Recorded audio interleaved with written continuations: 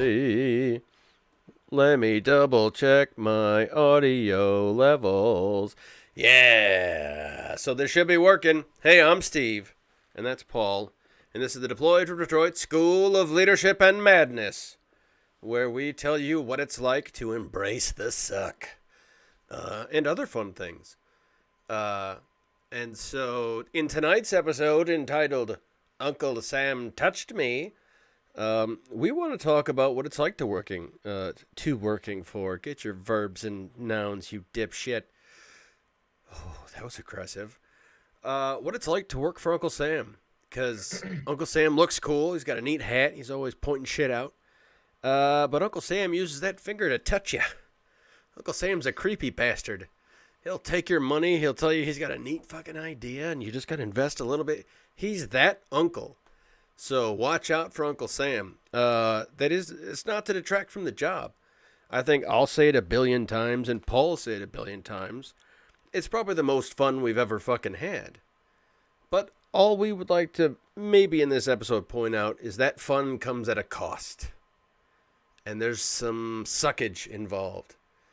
And so when we embrace that suck fully for what it really is, it can be embarrassing and frustrating and infuriating. But if you play your cards right, enlightening as fuck. And I think that's where Paul's at. And I think that's why we haven't heard from him in a year, besides the fact that I keep talking over him. So let's let Paul talk about where the fuck he's been. Where you been, buddy? Oh, all over the place. Um, Doing shit. What were you up to? yeah, and this is gonna kind of be hard because We just talked about you and I just talked about this, so I and we guess just talked okay. about how So hard it is to talk about. actually, May 27th of last year is the day that we did the video of me going to rehab. Yeah. It was a party. It was a good time. Yeah. Did you drink for that And episode? what was that? Did you drink during that? I think you drank for that episode, right? Or no? No, I was already drunk. Yeah. And then you're like, you know what, folks? Super drunk. Time to enact the action plan. Yeah. So yeah, I ended up, I threw up the flag and I told, the military I needed some help with my drinking. Um, Yeah, could you and tell the Class 6 to stock more? You guys get Yukon Jack? Can we get more of that? oh man, you know how we say don't fucking talk about your problems in the military because it's only going to get you, Yeah. it's only going to get you fucked. Yeah. Or my favorite rule of military medicine, don't get sick. Which I'll tell you what, that's the best advice I ever got. Because if you do get sick, they're going to give you as much Tylenol as your liver can hold, and then just hope that does it. So Yeah. my shoulder is still loosey goosey, because surgery's for Nancy's. Yes, this isn't real medicine. We don't actually know how to treat you. No, that guy's Uh, three bases over, and that would require me putting you on days and dollars. And fuck that noise, bud. Just bite down and fucking bear down. yeah, it's Whose finger's that? Uncle Sam. okay. So I guess when I put that out, I got a nice label attached to me after that.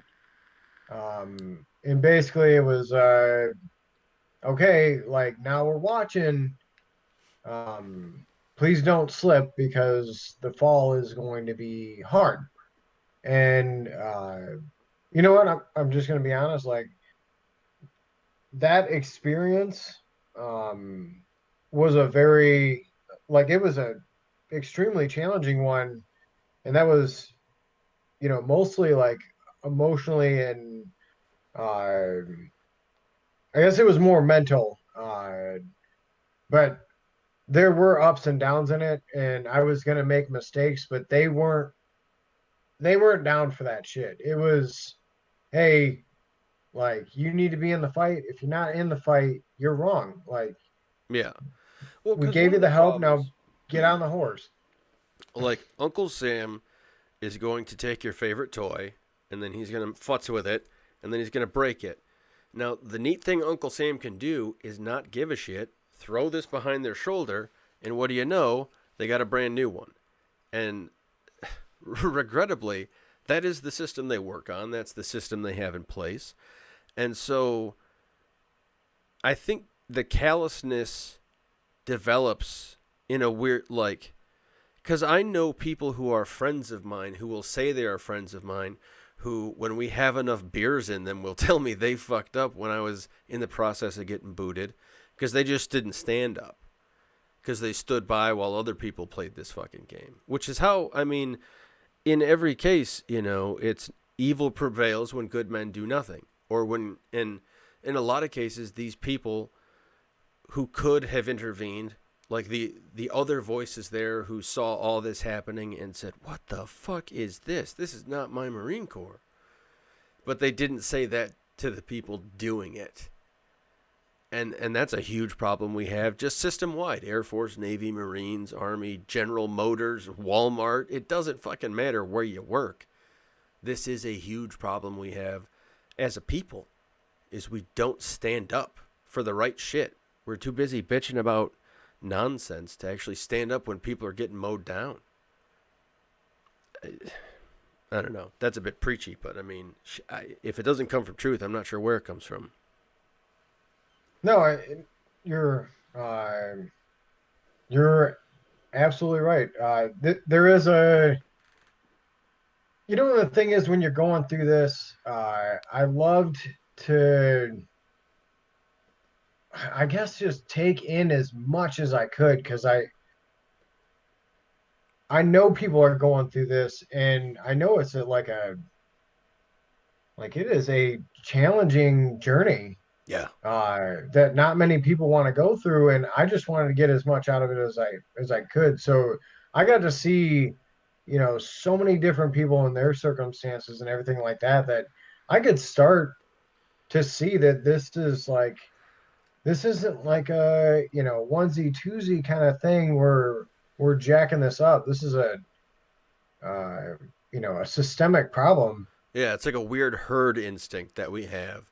Because I think some of it, like you mentioned that this is hard work that we all have to go through and that we all do go through. And then I think sort of one of my personal beliefs is that a lot of animosity that comes from that. So where you get supervisors or people in the workplace who get bummed out that somebody needs a little extra help to get by, it's usually because they're afraid of like, oh, I don't want that to spread to me. Like if they're super uneducated, maybe people think like mental health is spreadable and contagious, and all of a sudden everyone will be like, that's dumb. But people think it. People feel that way sometimes. Um, but there's like, what's the better point to that? There is a better point, and I'm Well, I'm losing it. So articulate it for me. no, I mean, I was just thinking to myself, like, how much they ostracized me while I was going through it. Holy shit. Like, Right. the more mistakes that I made, Oh, um, it's sort of a denial of like they don't want to admit that that fight even exists, so they act as if it's not if it's not even there. Because like I think that's where you get people who are so dismissive of it, who are like, "Fuck you, just stop, just don't do it anymore." I don't get it. Like, what are you talking? Just cheer up. Like, what are you talking? Like, when you get those kind of people, I think it's because they're in so much like it scares them so much that they just pretend it's not real. I mean, I'm not gonna lie and say I didn't do the same thing Mm, when I was younger. Like, that's just the way I was brought up in service is, we stay away from that voodoo shit. I should say taboo, Mm-hmm. is what, you know, and it's a scary thing. Like, we don't know how to deal with it. So we're kind of like, fuck that. Like, we're not dealing with that. It's too complicated. Just get it out. Right. Well, and the Like, crazy thing too is like because we don't talk about it honestly and openly while we're in the military, we run into these problems. And like you see these problems, you see always that when there's a prohibition on the discussion or like the learning of a thing. So like sex education in America is ridiculous. They're like just don't touch each other. Your private parts are explosive. It's a nightmare. And then that's why they're on Snapchat, like sending each other pictures of their junk at like 9 and 10 and doing like creepy, sexy dances because they have no context for what sex is. They just know it's a thing, looks neat, let's give it a whirl. Like, so, and drinking in college, people specifically binge drink in the United States because our drinking age is so high. Because at no point do they ever have the ability to learn this isn't great to do all at once. Like, there's no education process. They're just thrown into these giant swimming pools. We do it with education. We put them through high school, which is only designed to get you to graduate high school. It's not designed to get you into the world. It's not designed to get you a job. It's not designed to get you into college even. If it is, it doesn't do the job. It's just designed to get you to graduate fucking high school. So, okay, now that you've done that, now what? Oh, get a job, like it's the same kind of these we have but it all goes back to too like these were all good ideas at once. These were all headed in the right direction. But because nobody like checked each other in the process, we just end up with these asinine ideas because we're too busy being polite and misunderstanding that for kindness. Like thinking somehow it's kind to just let people fuck their lives away or be, cruel to other people or, or a lot of that like other over there syndrome is part of it. Like that's how this pandemic shit started. We didn't take it serious because it's over there. Same shit with terrorism. We didn't take it serious. It was over there, and then it was over here, but then it was back over there, and then it was over here mhm. again, but then it was back over. It's never just over there. It's on the fucking planet. And regrettably, the minute we finished drawing maps, we were a globalized society. So like, you just gotta fucking deal with it. Like I don't know that I'm going off so many fucking tangents, bro. I apologize. The core of that is what is that? Like the chaos that comes from like the environments that are so much of it's just not bred into us, but trained into us. Like we're just poorly educated to think like this is how you succeed. You succeed by treating other people like shit.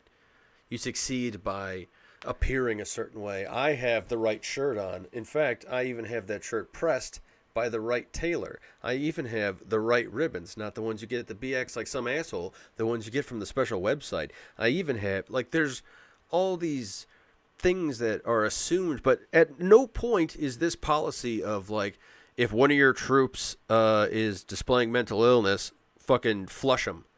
In fact, all the regulations are counter to that. You were a sacco, and you have evidence to that.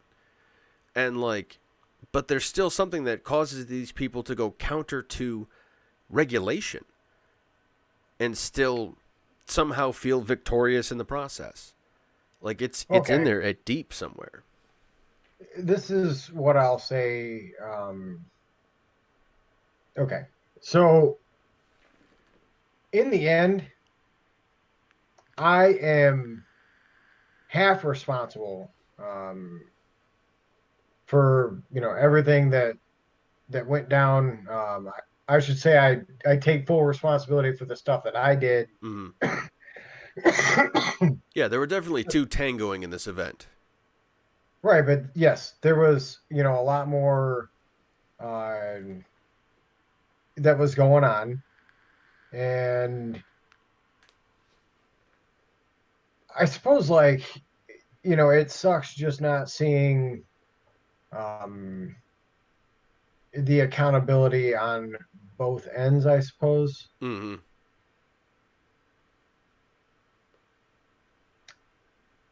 So I mean, I guess to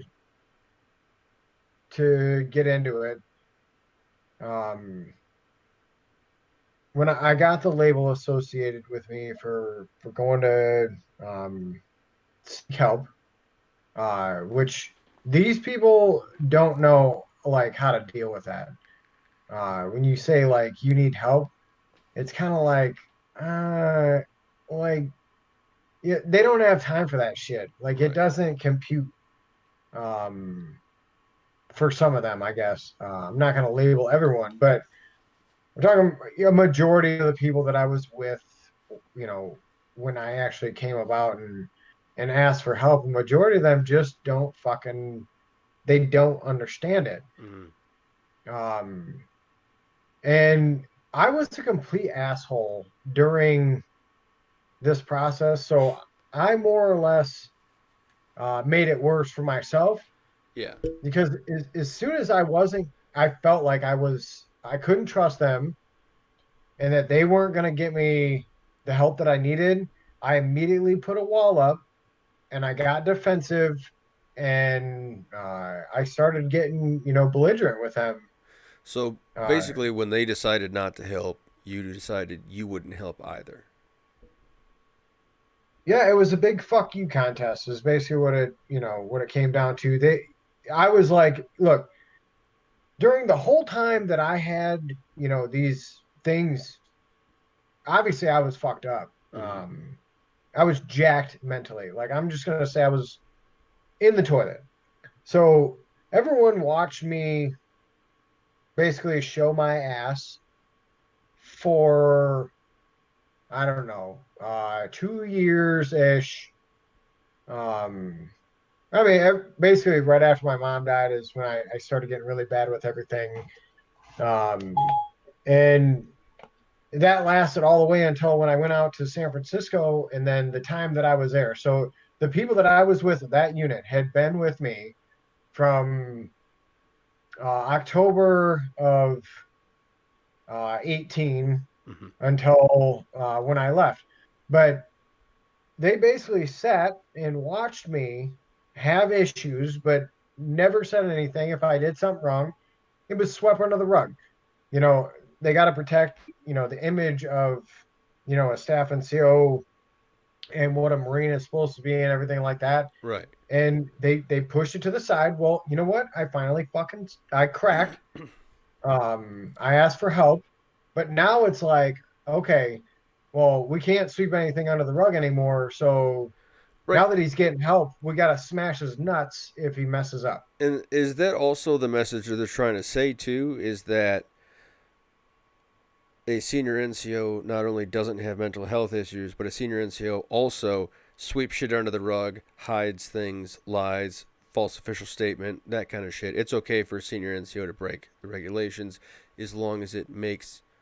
See, it's that same kind of behavior, that fucked up stuff that somehow gets assumed into the culture, but show me in the regs, bud. Show me in the regs. And it's just not Right. there. It's it really is not, and I'm not gonna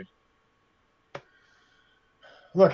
I mean, I have to take responsibility that at the end of the day, it was my actions that put my ass in the situation that I got into. Mm-hmm. Um, and they had every reason to go about doing things the way that they did.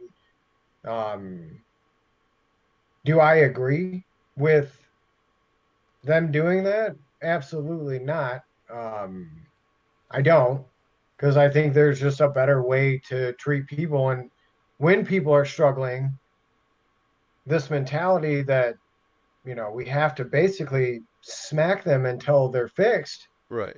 uh, that's, you know, that's not working. We're not But also, fixing like, anything, we're breaking it. what a huge abuse of taxpayer investment. Like, as a member of the military, you were a steward of the taxpayers' investments, and the taxpayers have put millions and millions and millions of dollars into just training you, let alone feeding, housing, deploying, all that extra horse shit. And then so now they're taking this $1 million asset and then they're just going to shit on it because they can get a new one. So now they got to go spin up somebody else. There's no continuity because I'm sure they didn't have you train your replacement or what the hell's going on. Not anything abrupt like that. So there goes all that continuity the unit had. when all they had to do was treat it like a human being, and they could even put it on the line like, hey, bud, you're out, but could you help us spin this shit down on your way out? That would suck, but it would suck far less, and it'd be far more effective, and it would get the same result that we still have today, but then you still maintain the relationship, and then you still maintain the asset that, I mean, the taxpayers put a lot of money into this stuff, and it's insane for us to just throw these people to the garbage, like, and we do throw them out like fucking broken toys. We just toss them. These people who are trained killers and mechanics and engineers, and they can do the most brilliant shit on earth, and now they can have nothing because, like, well, what are you gonna do? Bye. And I mean, if you go to the VA and you hear sad stories, they all kind of start with something like that. Like, oh, I fucked up my foot in a jump, and then, well, now I'm homeless. And then, well, fuck that guy. They should have more initiative. They should go get a job. They should go do this. Yeah, there's a lot of shoulds that can be projected in those kind of stories, but the shoulds kind of all started way before that shit. You know, when these units should be taking care of the assets that they've been entrusted with. Mm. And I think that's the main thing is, I've been back now, Steve, for, I don't know, we're going on 3 months, right? Right. You know, do I seem erratic? No. Unfocused, out of control, you know, partying, anything like? No, you seem much clearer than before.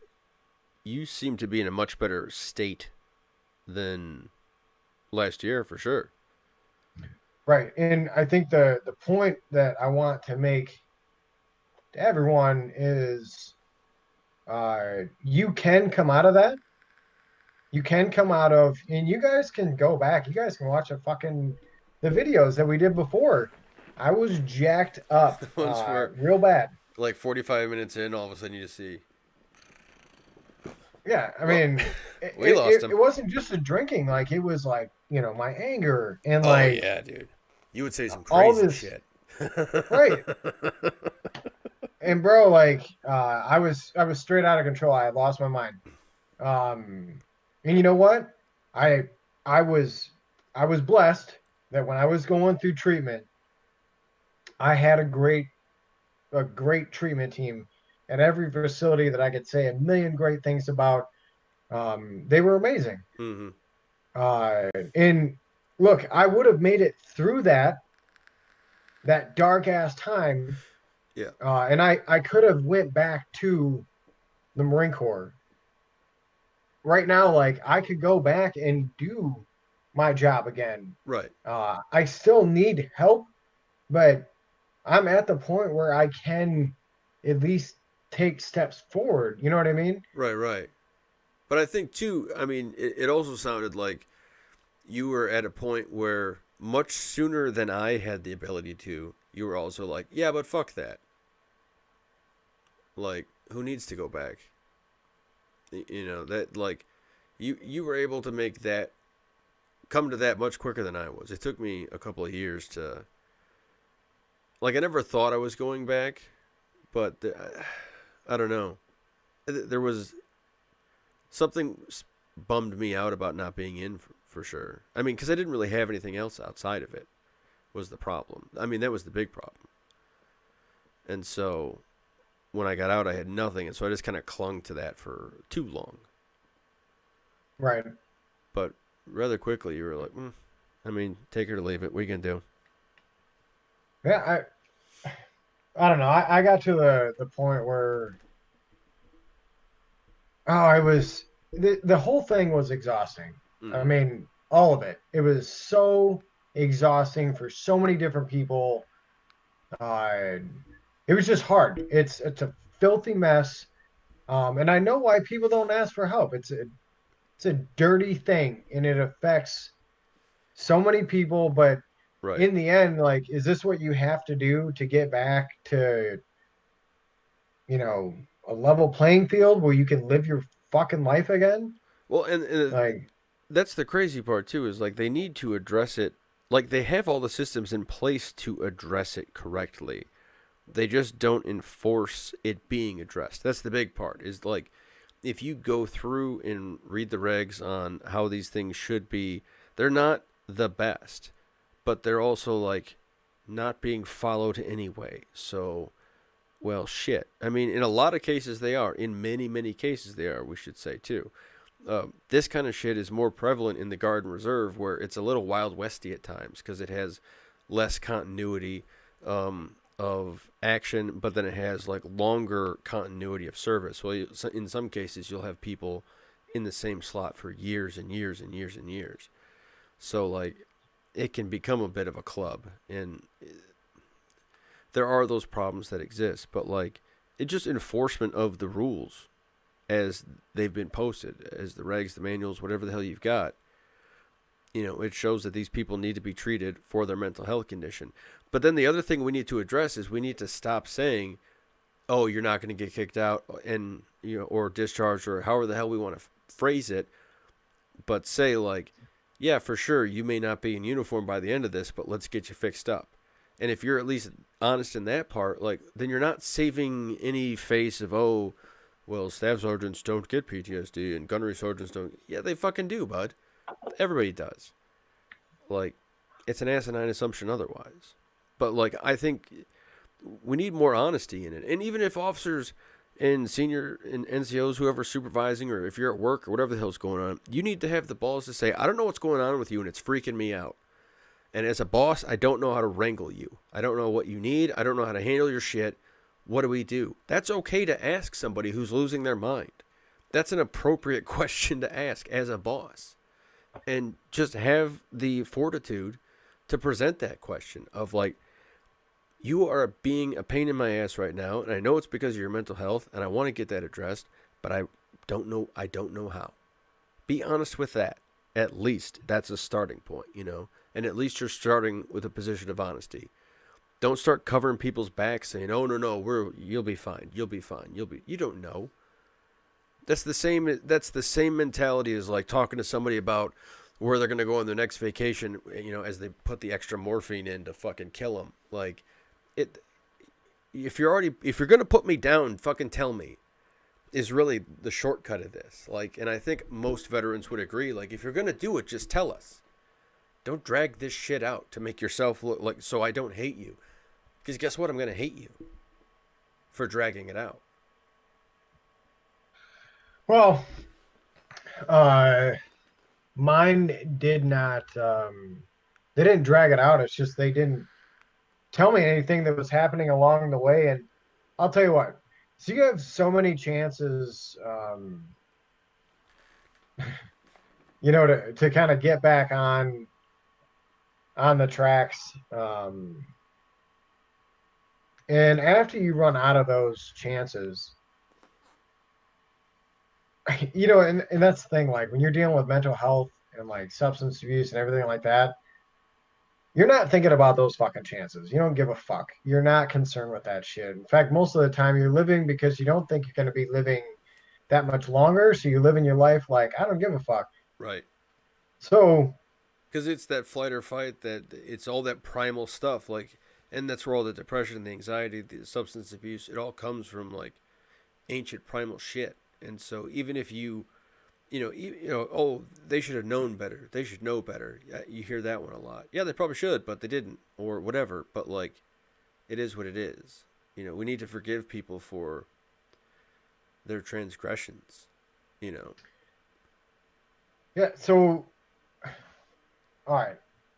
When I strapped in, and when I had my second relapse, while I was going through the program, I broke, shitload of rules, because I was refusing to go into work, and I was being, insubordinate, and I was talking shit to officers, and then essentially what it came down to was I didn't feel like I was being taken fucking seriously, so I was like, "Hey, fuck you guys, we can fucking see how bad this shit can get. I'll fucking get crazy." And I did. Right. So you were like, and again, this is a real common for if someone asks for help and doesn't receive that help, they'll often escalate their behavior until somebody doesn't have a choice but to intervene.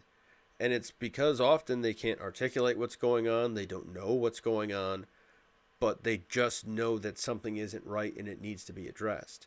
That's why, and it's also that's why, like sometimes there are people who just have the cry for attention because they need attention, but like I get pissy when people are like, oh, it's just a cry for help. Then help them. Like, you need to help people who are crying for help. Like, that's how you shut them up. That's how you get them to stop. Like, ignoring these things is how they get bigger. Like, crazy is never, it doesn't go away if you ignore it. It doesn't go away until you talk to it, until you figure out what it wants. And Yep. I think, long and the short of it, these guys all did their job by the numbers. And it's just that their education sucks in mental health, in how to address mental health, maybe they were afraid. And so they changed their behavior to, maybe they thought, oh, maybe he's going to come in with a gun or some shit. Maybe they started telling themselves stories like that, or like, because they're not talking to you, they're talking amongst themselves and they're coming up with story, like, because they're not doing this, the dialogue isn't happening. You've got your story in your head, which is fuck these people, and they've got their story in their head, which is what the fuck is this maniac doing? And at no point did they say, hey, maniac, what are you doing? Like, hey, folks, that's how we fix it, is ask the crazy person what they want. Oh man, it was such a frustrating thing. And I'm not gonna go into like specifics or anything. I'm not gonna dime anyone out or anything like that. I'm simply. Except for you, Dale. No, I'm just kidding. If there's a girl, sorry, I didn't mean it. But no, I mean everything. My whole entire story is documented. Whether it's at an institution or a treatment facility or whatever the case was, this has all been documented. Um, I'm just gonna say my piece and what I got from it. Yeah. Where we're at today. So I went to rehab, and I was given an amazing team, the best team in the hospital, to talk about everything. Not only substance abuse, but for mental health as well.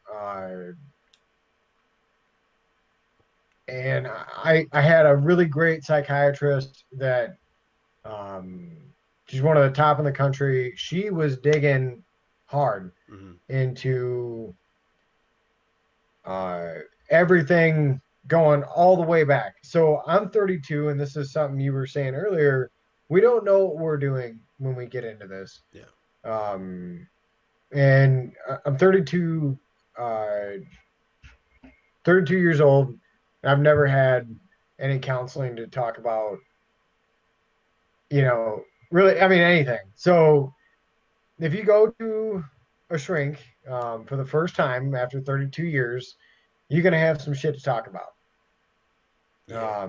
And you don't realize how much you have to talk about until you start talking and all this stuff comes out. So, I mean, I only had 12 sessions with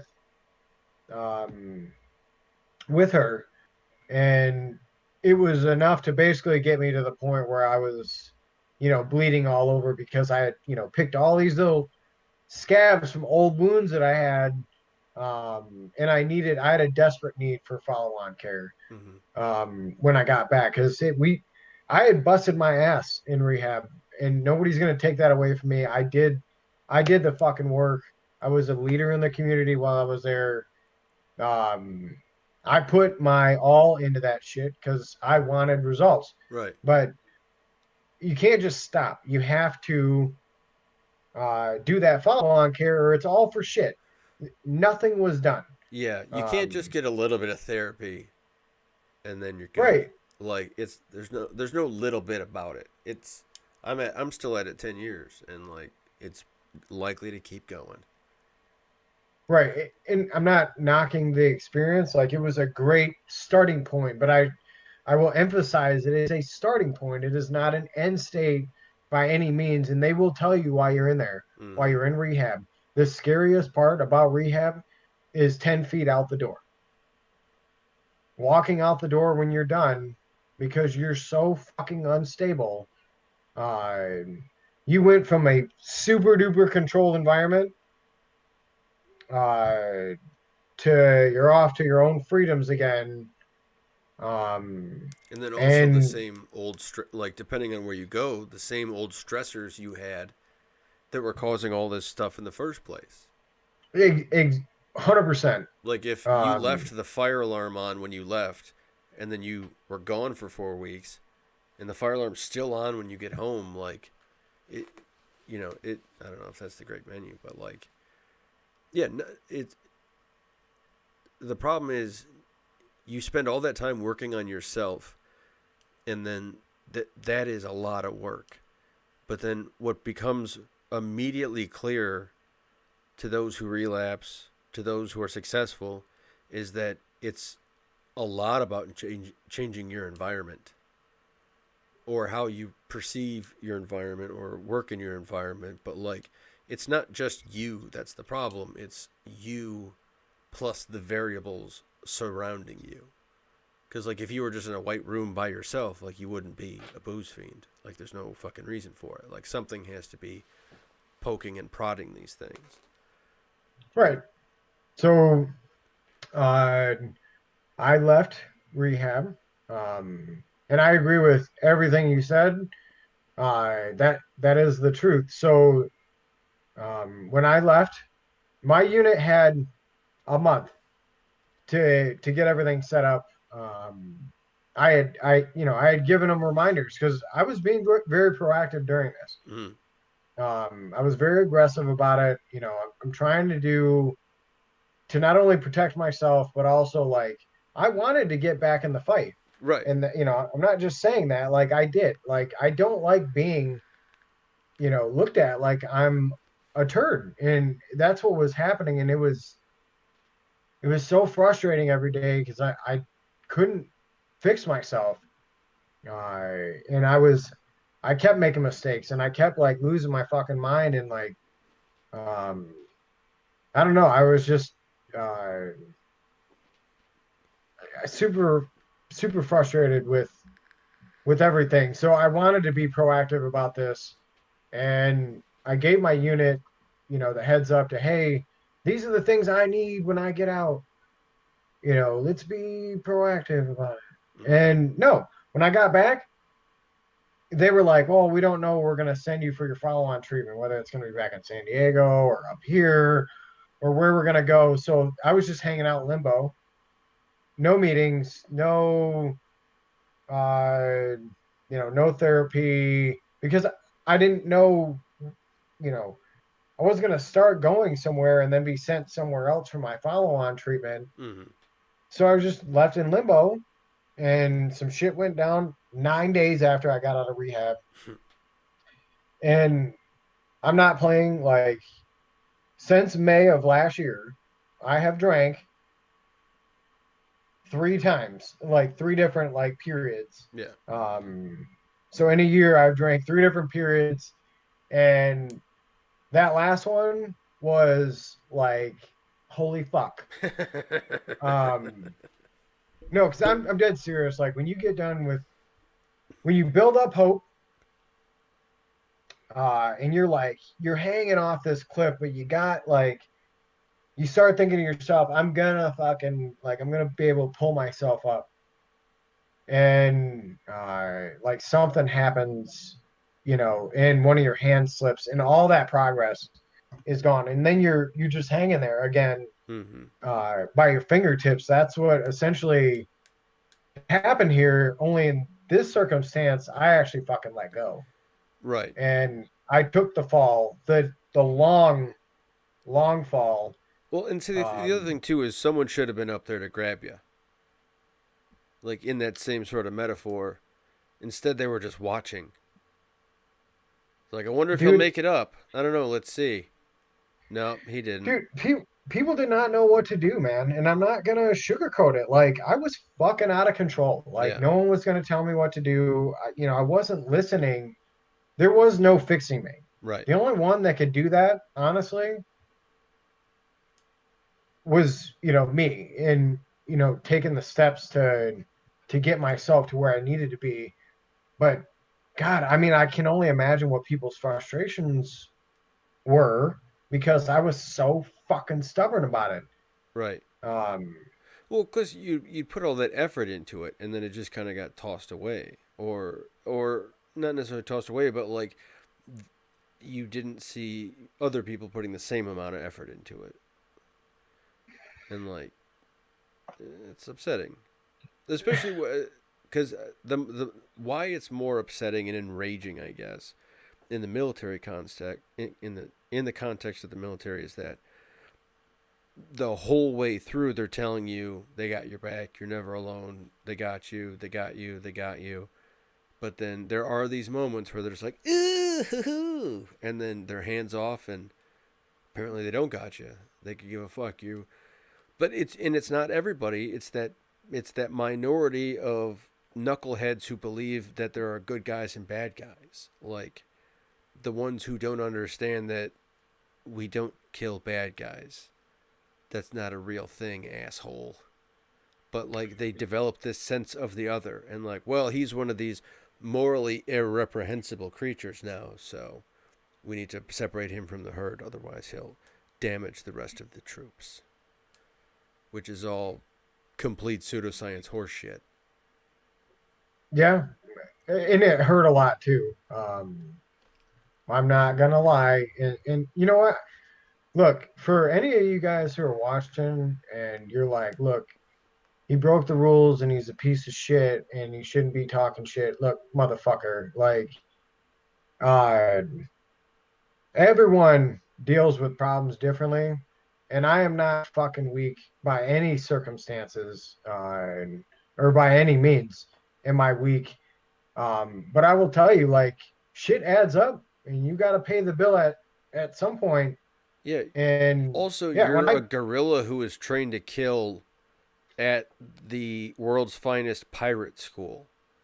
Like all the other variables in there too. Like there also needs to be an expectation from these people that it's not just like in there there are all kinds of other variables at play into what is going wrong with this person, especially with because if they think about all the shit that they do to build us up, so to speak, through basic training and tech school, and then at the unit, and then all these different traditions and all these different practices, and they know that doesn't work in the civilian world, or maybe they don't, I don't know, but I'm sure they have a good idea of it.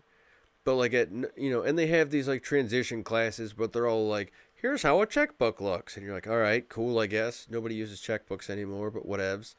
And they're trying their best, but there really is no like deprogramming, and they kind of really need to work on that. So maybe we could go see the fireworks for once, or like, Jesus Christ, guys, put some forethought into what you're doing. I don't know. I guess like for me, this is where I ended up. It Mm, is what it is. I lost my fucking mind. I went crazy. And like, let's just jump into it. Like, I had attempted suicide multiple times. That's also documented. Um, you know, I had plans to commit suicide. I wasn't expecting to be around right. to answer for any of this shit. I was expecting to be gone, and that's the fucking truth. I got that bad. So, it is what it is. That's the state I was in. Um, when I came out of rehab, I hit my breaking point about 9 days after I got out of rehab. I went fucking insane. And they say, alcoholics only end up in jail, uh, institutions, or dead. Boxes. And you know what? In that relapse, I almost did all three. Yep. And I just didn't follow through with the suicide attempt. So that's the only reason why I didn't hit that third one. But it's true. I hit my breaking point, and I'm not gonna lie. Like, I do not remember the day of this incident that ended up being the one that put the nail in my coffin. Mm. Um, you know, I was off the reservation. I told work that I was on the way back to Michigan to try to reconcile, things with, my kids and the relationship with their mother, because she was basically saying like, you know, uh, like I can't have you around anymore. Mm. And I didn't really have that much more in my life where I could grip onto, so I started freaking the fuck out. Right. Um, and there was a bunch of other shit that happened that weekend, but I was like in a black hole. And I was completely blackout drunk for the times of the incident that happened. And essentially the way it went down is another Marine, one of my peers, had come over to sit down and talk with me and figure out like what the fuck was going on, and like, why aren't you at work, and like what is happening. And like I was out of it. Yeah. So like I started a spiral. I started talking about my deployment and like, the people that we had lost, and like, then I had like a freak out moment. Because my mom was like tied into there too, and like it was just I'm spiraling Right. You're just letting it and all out. all out. Like, we're going in. Yeah. So, And in those times um, too, like it's hard to manage time, like understand what minutes and hours and days are, but also like you feel every funeral all at once, or every stub toe all at once, or every rejection, or every time some like it's so, and especially early on in that mental health. And sorry for the warning, it's going to be like this for just for the first bit though. That's the other part of the warning. But like it really is all encompassing, and like you do become a wild animal like unless you have developed all the techniques you need to sort of control this beast, which you sure as hell didn't have at that point. You just become a wild animal. Like your higher self doesn't have the ability to step in when it's that out of control. And so I have a question. Did you have any moments of sort of like while you're in this phase? Because I remember you saying you don't have memories of some of it, which is pretty typical of like disassociation and like not being present. Like the you who says, "Hey, I'm Paul," not really being there, and not to take any blame away from you because you are responsible for that monkey you're riding. But that's right. like, did you have any sort of like, I don't want to lead the question, but were there any other experiences about that were weird? Maybe like sort of like out of body experiences are common, or distortions of like I thought it was night but it was day, or any kind of weird stuff like that. Like the memories are, they said it was a red car, but I remember a blue car. It's a weird I mean, question, but like it's a oh my God. it's a weird The area. Okay, I can tell you this. I've never been super spiritual, but holy shit, like I got big into it. Just because, yes, like there was so many different things happening. As far as like weird stuff, and um, I don't know. It seemed like everything did happen for to eventually get me to the point where I would get to get better. Hmm. And I did, like, yeah, I don't want to get too weird with it. Well, weird's Yes, fine because like anybody who's experiencing this, I mean, they may feel weird too, and they should know that like you're gonna feel weird. Like expressing this, going through this, mental health is weird, and so like it's okay to be weird. Because I mean, we can always just step back and say, okay, yes, that was weird, but like, what's interesting about it? You no, know, there's always I that. literally like I turn into an animal, dude. I'm not. That's the best way to describe it. We're talking. Um, I was so fucking lost and devoted to the only like I had an obsession with alcohol because I had associated it with the only thing that could make me feel better. Right. Um, Not good, and it was but better. right. I mean, it was like the strongest obsession. And especially during, that last one, it was like scary. Um, because I would, I would like freak out if I didn't have alcohol. Um, like flip out. And I found myself like at the very bottom. I was pulling fucking liquor bottles out of the trash and draining them uh, Ooh. to get the liquor out Making a so little I could, mojo. right? Because I mean, it was too late to go get alcohol. So I would just get whatever I could to like keep my system fucking running. Did you get like ever super wild and like try rubbing alcohol? Did you ever go that gnarly, or No, I didn't. you had a little bit of dignity with it? No, and fuck. Uh, yeah, I found like a whole bunch of weird shit was going on in my head, and like, Did you ever bring um, booze to work? Now that you're already yeah, fired. Yeah, yeah. So you had booze at work. So, okay, here's a question. Because, like, booze at work isn't really that big a deal. And please, generals, colonels, all the way down, don't get me wrong and don't sue. But, like, I know it's not your intention for it to come off this way. But, however, I think the vibe on base that it's okay to have some, have some booze in the office. Have a liquor bottle in the cabinet. Have, a six pack in the fridge. Like it wasn't. Again, it's not in the regs. It doesn't say every unit will have one six pack for each. Like we don't do rum rations in the military, but we're certainly not opposed to like. If I was going through somebody's desk to find a stapler and I found a fifth, I wouldn't be like dun dun dun. Oh no! I just be like, oh, let me move that away. Okay, next thing. Like it's so ubiquitous booze, like grogs and it just comes up in almost everything. Like I mean, that's why it's also so easy to get hooked on. Like, it's the easiest one to get hooked on because it's like you it's can go buy there. it today. Everything's there. Everything revolves around alcohol.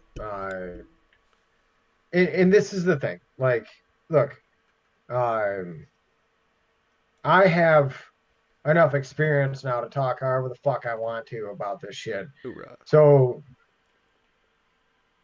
the and I agree. When I went to my second facility for rehab, and we'll get back to that here in a second.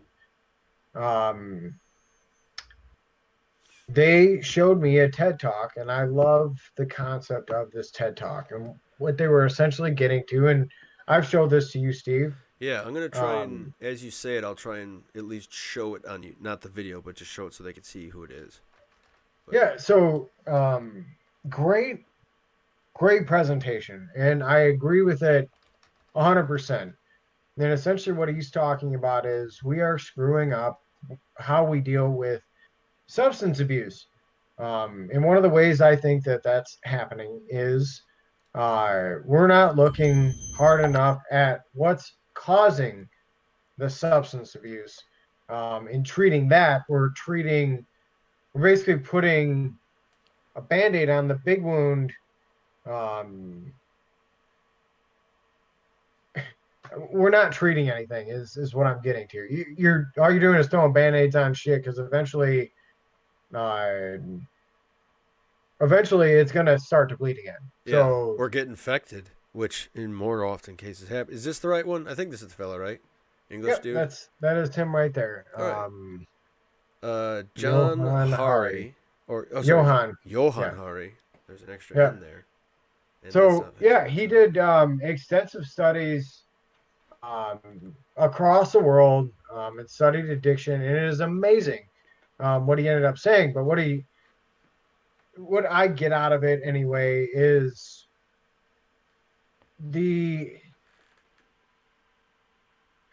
the practice that we have of shunning people and making them feel like a piece of shit for having an addiction, and then obviously like they get in trouble and whatever else. um, it's wrong. It is a flawed system. Right. And what he's saying is, if you welcome those individuals back to society and give them opportunities, hey, I get it. Like when people aren't ready, they aren't ready. Like you're not just going to magically fix them. When they're ready, though, like we should be able to take them back into society and show them love and everything like that, even when they're going through the shit. Everyone has Uh, function. You could say, "Hey, hosehead, get over here," and you're not allowed to touch the scissors, or like, yes, you need to extend more effort as a supervisor. Yes, you need to ensure that other eyes are looking on this project. Yes, but big fucking deal, boo hoo, you have to do your job. Like, oh darn, you have to look over the assets that have been entrusted to you. Boo hoo, cry me a river. Like, and that's why I get so upset, because to me it seems cut and dry. But I know there's the nuance from the top side too of like they shit. I lost it, buddy. I totally pulled out. I don't know what I was saying. It's that dissociate or depersonal. I don't know what it is. Sometimes I just disappear. no, you were saying it's disappointing from the top side, where Well, you were yeah, saying because you they can have also their relate. expectations too. Because they're like, hey man, and if they think they're putting in the right amount of effort, and if they think that other people in the chain of command are also extending the right amount of effort, then they're going to be, and rightly so, like they had reason to be pissed at you because you were presenting reasons specifically to get them angry. So of course they're going to get pissed because I mean that's how you were, and it's, yeah, it's juvenile, but it's also like you're working in that sector of the brain, like you're in that neighborhood. Right, Um, you're in the fight or flight. yeah, and so like, and I mean the interesting thing too is like, what is the productive end of this? Like, is there? Because I almost think like, had they said, all right, we're gonna put you on a TDY for 3 months to a treatment facility in Battle Creek, get your shit together. At the end of that 3 months, let us know if you're coming or going. And maybe that's the way to do it. And like, yes, it's an expenditure, and yes, you're losing a troop for 3 months, but like you lose them for 6 months, 9 months, a year. Like that's how deployments Or work. Yeah, forever. precisely. But then also like be honest with like, this isn't like if you do better, you're guaranteed to even stay in the military. Like maybe 90% of the people who go through this process are discharged. But at least it's a better process than like, well, you had like 4 sessions, you should be fine, bud. Like that's completely unreasonable to think that like 1 month of treatment is going to be sufficient, or 2 months. Like, but in 3 months isn't going to be sufficient either. But 3 months is going to give you a lot of time away from the unit, away from whatever's going on, to start to think like, do I even want to stay? And then and then you can feel good about your clearing that slot. And now you've got someone else who can fill that E7 slot because somebody was sitting in it, boozing their ass off and fucking pissing you off the whole time. But now you were able to manage that more effectively by saying, "Hey, we're going to run you through this little gauntlet here. We're going to put you some individual therapy, some group therapy, a little bit of detox, a little bit of yoga. Let's see what happens in 3 months. Oh, sorry, bud, ain't going to work out. Here's, and then, let's come up with a way to like transition from there. But like, it's a way better stretch of like, I don't see what the problem is, or just ignoring the problem or pretending it's not there. And it also takes the burden off the commander of having to babysit you. Because, like, they shouldn't have to be babysitters. That's the other part. Like, if there's a colonel screaming at me right now, he's like, I'm not a fucking babysitter. This guy's in his goddamn 30s. I shouldn't have to be telling him how to wipe his ass and, smack and booze. That's correct. You shouldn't. But there are places that can do that for you. And so maybe that's the move we make. And, again, we're out of this, so we can't do anything. And there's only one person watching right now, so I don't know if they're a squadron commander, a wing commander, battalion, what have you. But hey, at least the idea exists now that maybe this is something we try. Let's give them the time to figure out how bad is this problem, rather than just assuming it's either nothing or it's the end of the fucking world, which seems to be where we go. I don't know. Well, I do. I don't think we're gonna get any traction. And that's the thing. Like, as I was going through all of this treatment, and I'll try to punch through the story here so we get a synopsis of what's going on. But okay, so I had this nuclear meltdown. I had this gunny who was over with me. I had a freak out moment.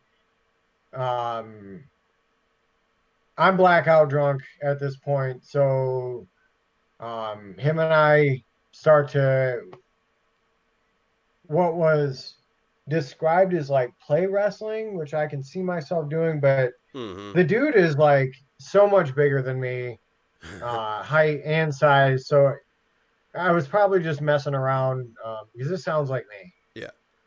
You're a bit of a wrestler. Right. And Kim was like, he was keeping me contained, whatever. And then apparently, like, I just like kind of snapped and I started to get like violent and like throwing shit at him. And at one point, I picked up a knife. I did not I didn't try to stab him. From what I had read, is I advanced toward him with the knife. Right. So he was able to, get that out of my hand, and then eventually he fucking choked me out. Yeah. And then I woke up to the cops. Hi, fellas. And I mean, I'm like out of it. I don't fucking know what's going on, and I'm like freaking out. And I ended up getting into it with the cops, and the Marines were there. And then I woke up in a fucking VA hospital, Palo Alto. I didn't know where the fuck I was or where any of my shit was. And then as soon as I got a hold of my wallet and my keys and everything, I fucking ripped my IV out. Checked myself out, and the Marines were still there, and they were like, "You can't leave." And I was like, "Fuck you, yes I can." I got an Uber. I flicked off the senior personnel who was there. Good times. Always effective. I know. I saw that in my file that I got later. The picture of me. They have a picture. Oh dear. So I end up back at my house. I'm literally like, I know the world's fucking ending now, right? So, like I'm basically under the mentality I've lost everything, and I end up going home. I drink that night. I wake up the next morning. And that's the day that I was drinking out of the bottles. Because I was having like such bad withdrawals that next morning that it was like out of control. Yeah. And I ended up barely getting to the hospital. I had a panic attack when I got there. Those are fun. Yep, and I just it was my first one. I thought I was dying. Yeah. And isn't that wild? You're like, I'm for sure gonna die right now. I had a transport ambulance come pick me up the first time, and then as I got into that ambulance, I started having a panic attack. My face went like locked up and was like numb and shit. Yeah. And like my hands were like seized up, and like, I mean, it was ridiculous. My heart rate was like out of control. It was like 180 or something, like 190. Yeah. And I thought I was like dying. The the paramedics were kind of freaking out. So they got an actual ambulance to come. They transported me in that to the hospital. And then I got the starting stages of detox.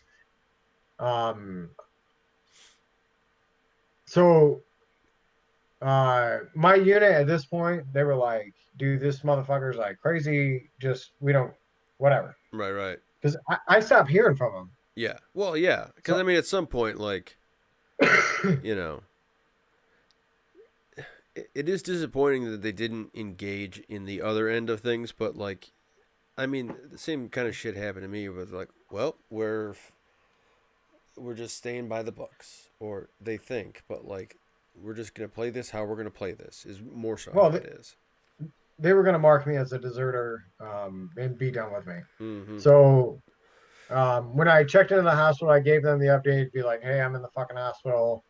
And, one of the unit reps came up there and we had a great conversation. And I said, hey, I'm going to be here.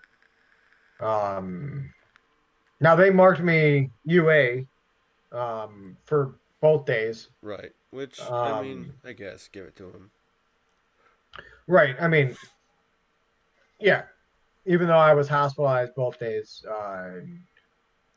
yeah, I'm UA. So the next day they came in and they gave me, listen to this. This is wonderful. So I'm in detox, right? I'm like med. Just shaking and shitting.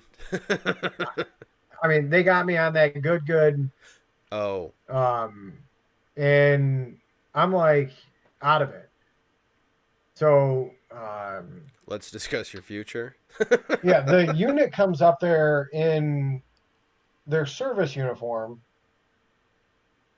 to basically give me a year-long MPO, a protective order against Aaron and the kids, no contact order for a year. And they gave me my administrative separation paperwork from the Marine Corps in the hospital while detoxing. Who issued the? Are the Marines issued that? Yep. The no contact? Yep. They're allowed to? Yes. So the Marines can just at any point say you're not allowed to ever see your children again. They can say if they have a reason, which Yeah. when everything was going down, Erin said she was just concerned what I was going to do at that point. So she said, yes, I am concerned. Mm-hmm. Which all that needed to happen was I just needed to talk to Aaron and get calmed down and everything like that, and everything would have been peachy. Right. No, I never made any threats. I was never going to hurt anyone or anything like that. She just said I was concerned Mm-hmm. to the unit, and they used that as ammunition enough to put that MPO out. Right. Which is nuts because like not only do you see someone's in pain, but now like because it begs the question like either they're fully ignorant or they're trying to make you kill yourself. There's one of two scenarios there. Like because Right. I don't see how a rational human being does that. Like it doesn't make sense to. At no point was decorum put out. Like yes, you're a wild animal, and yes, you've lost a lot of privilege because your behavior was so fucking wild, and so yes, that exists. However, like at no point did they try to create an environment for you to succeed. Like they just No. kept giving you places to fail at no like. But again, it goes to that like yes, it's not their responsibility, but like yeah. So TDY their ass to a hospital for a couple of months and just figure that shit out elsewhere. Don't run all your other people through it if you don't have to. Like, because then you see like why they're like okay now we got them because like they're just tired of it administratively. Like as a team, they just want it to be over with, just the same as you do. But like while you're putting in the effort in, they just didn't see the value in putting in equal effort. They saw Right. greater value in just saying, fuck it. We'll just get a Well, new one. here's the sad thing. And my situation kind of made things worse because in the regiment, I was the only one who did my job. out of the entire regiment. So out of 6,000 plus Marines, officers and enlisted, I was the only one who did anything in the 34XX field. Right. So I was a regimental asset that was one of one. Nobody else had my experience. And out of the entire community within the active reserve community, there is only 20 fucking three comptrollers. Right. I was one of them. I was, in fact, uh, right as I departed, I would have been the senior gunny in the MOS Right. right now. And there's only one master sergeant, so I would be the second most senior in the entire, Marine Forces Reserve. Um, and when I started going through everything, it became more of, well, if this motherfucker's not doing his job, no one else can do it. We're kind of screwed. Right. So, in a sense, that was leverage for me to be like, hey, you need to give me help because I cannot do this job. Right. And for them, it was like, well, if he can't do this fucking job, we need him gone now. And Which, on that's the what other it hand, became too, about. like if they had taken the time to, and again, this is all hindsight, but like maybe solutiony kind of shit. If they had that period of evaluation of like separation from the unit for a period long enough to determine what the actual problem is, this, that, and the other thing, and then even if they determine, yes, he's going to continue to be reckless for a bit, like, or whatever the fuck they come up with, like you're gone. You still have dialogue, and they can say, all right, you're out of here. Can we work on maybe a contractor slot? Maybe you come in not as AGR but as a technician, and then it's just like once a month until you help spin up the next dude, and that's just like, and you don't have to throw people a bone, but again, I think it goes more to the moral integrity of the Department of Defense as a whole, as something that claims it's going to take care of its people. Let's invest in strategies that actually take care of our people, throughout the entire life cycle of their enlistment and their commission. Because otherwise, what the fuck are you doing? Otherwise, you're gonna have. Because what if you have Paul here just shit talking the Marine Corps? He's been saying nothing but nice things about these folks because he had a great time with them. And as much as I get pissy and I get all ranty about the Air Force, I had nothing but a great time with them. But we got fucked for like one period, and that's all it took. And imagine if we didn't have the foresight or just the courtesy to give you guys the understanding of knowing you're a giant organization with way bigger shit to deal with. We could just shit talk you all the day, and they don't fucking care, and they don't. But we know that you want to, because you tell everyone you do. So this isn't to shit. No one get defensive about this. No one try to divest personal emotion if one can. But like, understand that these things happen. We lost a good troop in this process, and that's what infuriates me as a taxpayer. Well, I don't pay taxes in the past couple of years because I'm a cripple, but your taxes pay me. But I mean, it's just like, it bums me out to see, somebody who was working on training the youth, was training other members of his service, was persistent and consistent in their ability to be an asset, and then all of a sudden the dominoes start falling, and then it's just whoop, hands off. And I get it, it's a natural human reaction, but like, we're meant to be better. We can be better. And doing better is going to improve the retention of your unit, because your members are going to be less likely to hide their addictions and mental health from you, which now they're for sure going to do. At least in this unit, you've proven that if you've got a problem, fucking keep it to yourself. That's what you just said, sir. That's what you told all your troops. And that's not the message we need to be telling our people. That's not the message Well, we tell our people. if it can happen to me, I mean, fuck. Okay, so I'm not going to toot my horn or anything, but I was a fucking good Marine. Not all the time. Uh, I had my times where I was a turd. I'll admit it. Um, but I definitely I worked my ass off in the Marine Corps. I did, Yeah. and I gave up a lot for it. I gave up a lot of time with my kids, and a lot of other opportunities. And you know what? I do love the experience that I had, but I did make, I gave a lot to it.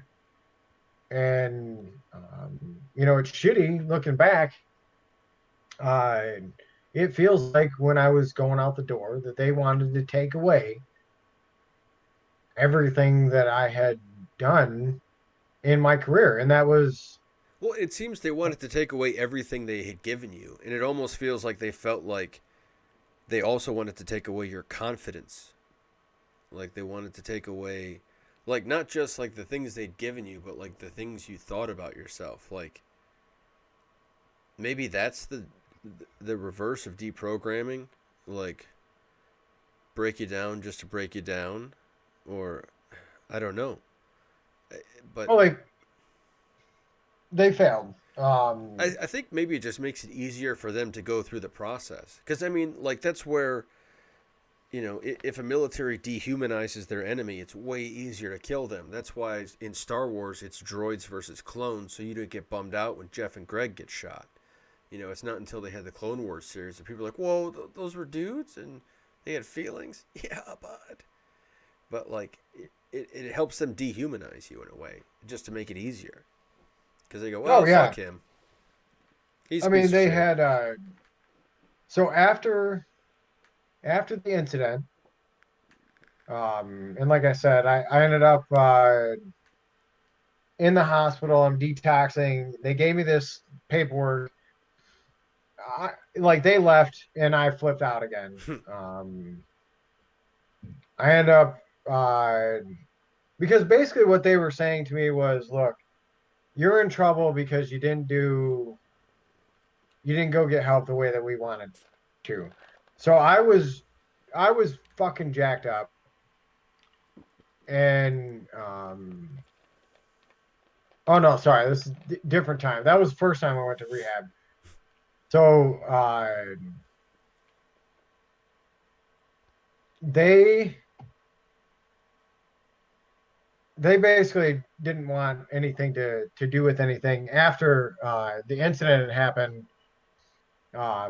They basically just wanted me out of the Marine Corps. So I hopped out of the hospital. I went back in the next day, and holy fuck, you would have thought I was a goddamn terrorist. I'm not even fucking kidding. They had revoked my access to the base. They sent out an armed guard with the first sergeant to search me in public. Right. To prove to everyone else that their actions are good. Hey, everybody, this is a bad guy. This is a bad Yeah, guy over here, everyone. Bad guy in over here. public. So don't be surprised if Um, we do some weird shit to him later. Because remember, bad guy. yeah. So uh, he's being like a complete fucking jerk to me. And listen, I had called them when I left the hospital. I told them I would be to work the next day and that I wanted to work on everything. I was compliant with all their orders. I showed up on time. Uh, I was ready to go. I did everything that they asked me to do. Yes, there had been an incident uh, earlier on in the week. I had been hospitalized. I was stable again, and this is how I was treated, was like a complete fucking criminal. Um, they had me escorted throughout the building. I had to have an armed guard even to take a piss. Um, it was fucking shameful. And I'm walking, you know, I'm basically being told what to do in front of people as a senior staff NCO. So And they're also like then, infantilizing you as well as like so they're trying to also like force compliance out of you. Like yes, so whatever's coming because they know whatever they're going to present you next is going to be difficult and so they want you to just comply. Like that because like that's the same shit we do to like people we capture. Like there's no fucking difference. So they treated you like the enemy, very literally. They use the same tactics we use on our enemy on you yeah. to get you to And comply with their will. you know what? I immediately I put up with it for probably 20 minutes, and I had the company commander and his first sergeant.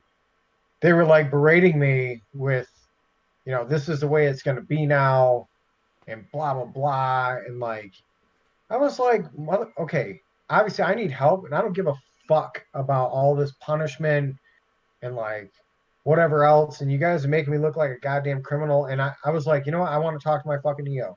Because there's bigger fish to fry at that point. Like, dog and pony show is dog and pony show. Like, if there's actual, what's insane is their like inability to address the issue at hand, and their just refusal that like if you do not participate in the puppet show, we're just gonna cut your goddamn hand off.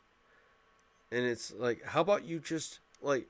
That's why Stalinism pisses me off. The idea, like all that effort expended into making it look like you're not a fuck up. How about you just put the effort into training and not being a fuck up? You could do that. But instead, no, we have to put all this effort into appearing a certain way and looking a certain way and sounding a certain, or what, all this horse shit. When you could just put the effort into the actual work that's needed to get done. Like all I hear is shortcuts from these fuckheads. I don't hear anybody where I go, good job, bud. I haven't heard that yet. Nope. I've heard a few people who tried to interject some kind of humanity, but it sounds like for the most part the leadership chain was just fucking this up from minute one. And just didn't feel like it was their job to deal with it. Which, surprise, surprise, again, back to the whole thing, you are a steward of the taxpayers' fucking resources, asshole.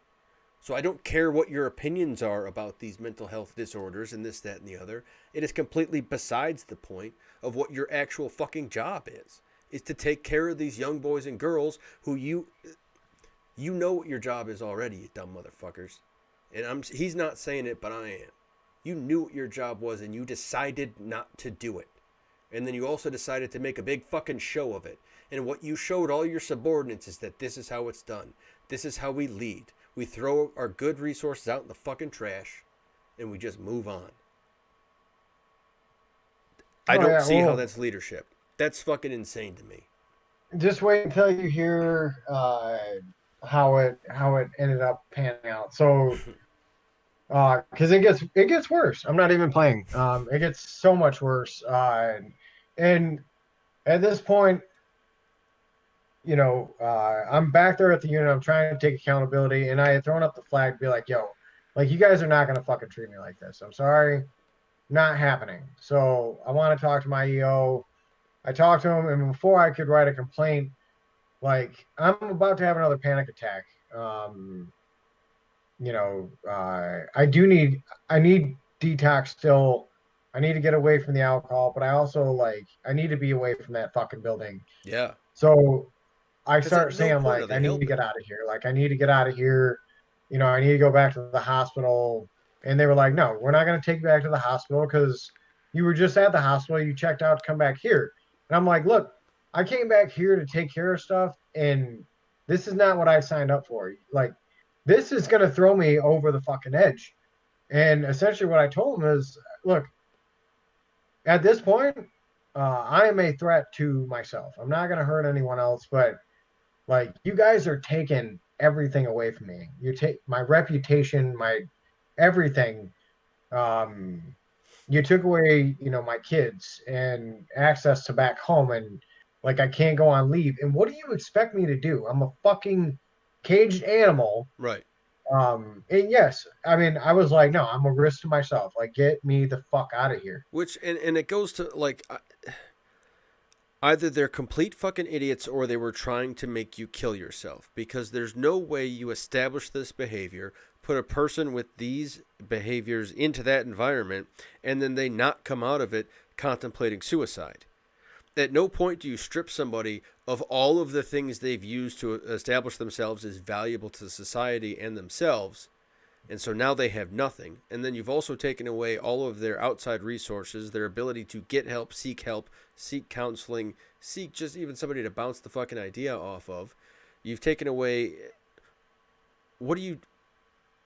Yeah, you've taken away everything but the gun, essentially. Like, it's insane. It's absolutely insane that kind of sadism was involved in a leadership planning process. And it also means that more than one person, because it's never just one person's decision. There's 3, 4 people in that room every fucking time. And it's either one person yapping and 3 people keeping their mouth shut because they're pussies, or it's 4 people just being a bunch of assholes. But a lot of times, No, I guess like I said, I went to like protective mode, so I was able to get them to take me to Travis Air Force Base, to the mental health clinic, and I was checked in. Didn't take the doctors much to evaluate me and be like, yeah, you're on hold. yeah. Um, so I was on a 72-hour hold. I was there for a holiday weekend, so I spent 4 days and immediately being taken out of that environment, put back in a stable environment. My mood, everything changed. My mentality, striving to get better became a priority again. It was amazing, Mm-hmm. right? So I actually told them, like, do not send me back to that fucking unit because I will drink and at some point I will hurt myself again. So don't send me back there. Like, I'm just gonna be honest with you. You send me back there, you were sending me to fucking fail. Like, that's the way it is. And I was trying to be as honest as I could to everyone because this has gone far enough. Like, it was like life or death at this point. Right. Um, and they kept me there. And the unit didn't want to give me any more treatment. They were like, no, he already got treatment. He failed, and now he's gone. That's the next step for him is he's fucking out. So eventually, the hospital and my unit came to an agreement to say, look, you can't have him out of the Marine Corps yet. So why don't we send him to treatment while he's waiting to figure all this legal shit out? And they got me set up at Start Point Loma, which is down in San Diego. And essentially what they said was, when we're ready to take you out, we'll come get you and then we'll take you right down to rehab. And I was great with that plan. I was like, yeah, whatever. Like, just keep me away from there. Let's continue getting treatment and let's rock and roll. Yeah. So the hospital made a point to not send me back to that unit. They wanted me to go directly facility to facility. Mm-hmm. Well, my unit actually, and this is documented, my unit actually lied to the facility and said, we're going to take him back to his apartment to get his stuff, and then he is going to go down to the facility. And I saw this correspondence, so I know it exists. Mm-hmm. That's not what happened. They picked me up. And now, mind you, they did not bring me anything the entire time I was in there. I was in there for 12 days. They did not bring me anything. I was dropped off my camis. That is the way I stayed for 12 days. I didn't have one visitor, not one phone call, nothing. They had to give me hand-me-down clothes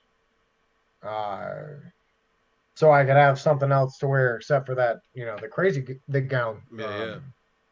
So I had hand-me-down clothes, hanging out there for 12 days, and I don't have any shave. My haircut, I look like a bag of shit. Yeah. Well, they took me like that, pajama pants and a orange fucking donated shirt, back to the unit, marched me through the hallway into the SACO office, had me change butt naked in front of the duty and the SACO, shave, and then I went right to see the regimental commander, who let me say one sentence the whole time I was in there. He essentially said, here's your options. You can take an admin SEP, waive the right to your board, you get an OTH and a regimental NJP, and you will be reduced down to Lance Corporal. That's one. And then they said your other option is you can take a court martial, because we're going to send you out for general court martial for what you did on that Monday. So they had 7 different offenses for what I had broken in the UCMJ, and they had both sets of paperwork filled out already. And they said, "Yeah, you have 24 hours to decide. Go talk to a lawyer." And I was like, "All right, like that's not time to do dick. And when am I going to treatment?" And they said right after this. As I was, yeah, so I'm supposed to make this decision the day I'm going down 8 hours in Right. a car to fucking rehab, and they expected me to do that. And I didn't Which get to means talk they to a didn't lawyer until expect the you to next do morning. that. Like, it What's that? 100% means they didn't expect you to do that. Like, again, they're setting you up for failure. They're making Oh their yeah. jobs easier, like a bunch of fucking Nancy's. These don't sound. I really. Are you sure you worked for the Marines? Because these guys don't sound like the Marines I knew. My granddaddy would call these people pussies and probably chop their fingers off. Well, I mean, like I said, I was a huge pain in the ass. For sure, but like Um, at any point, where does the camaraderie come in? but you got to put that aside. They were taking this shit personally. Like they were thinking it was a personal attack on them, and that's not it. It was just Who are they I to was. take any personal attacks?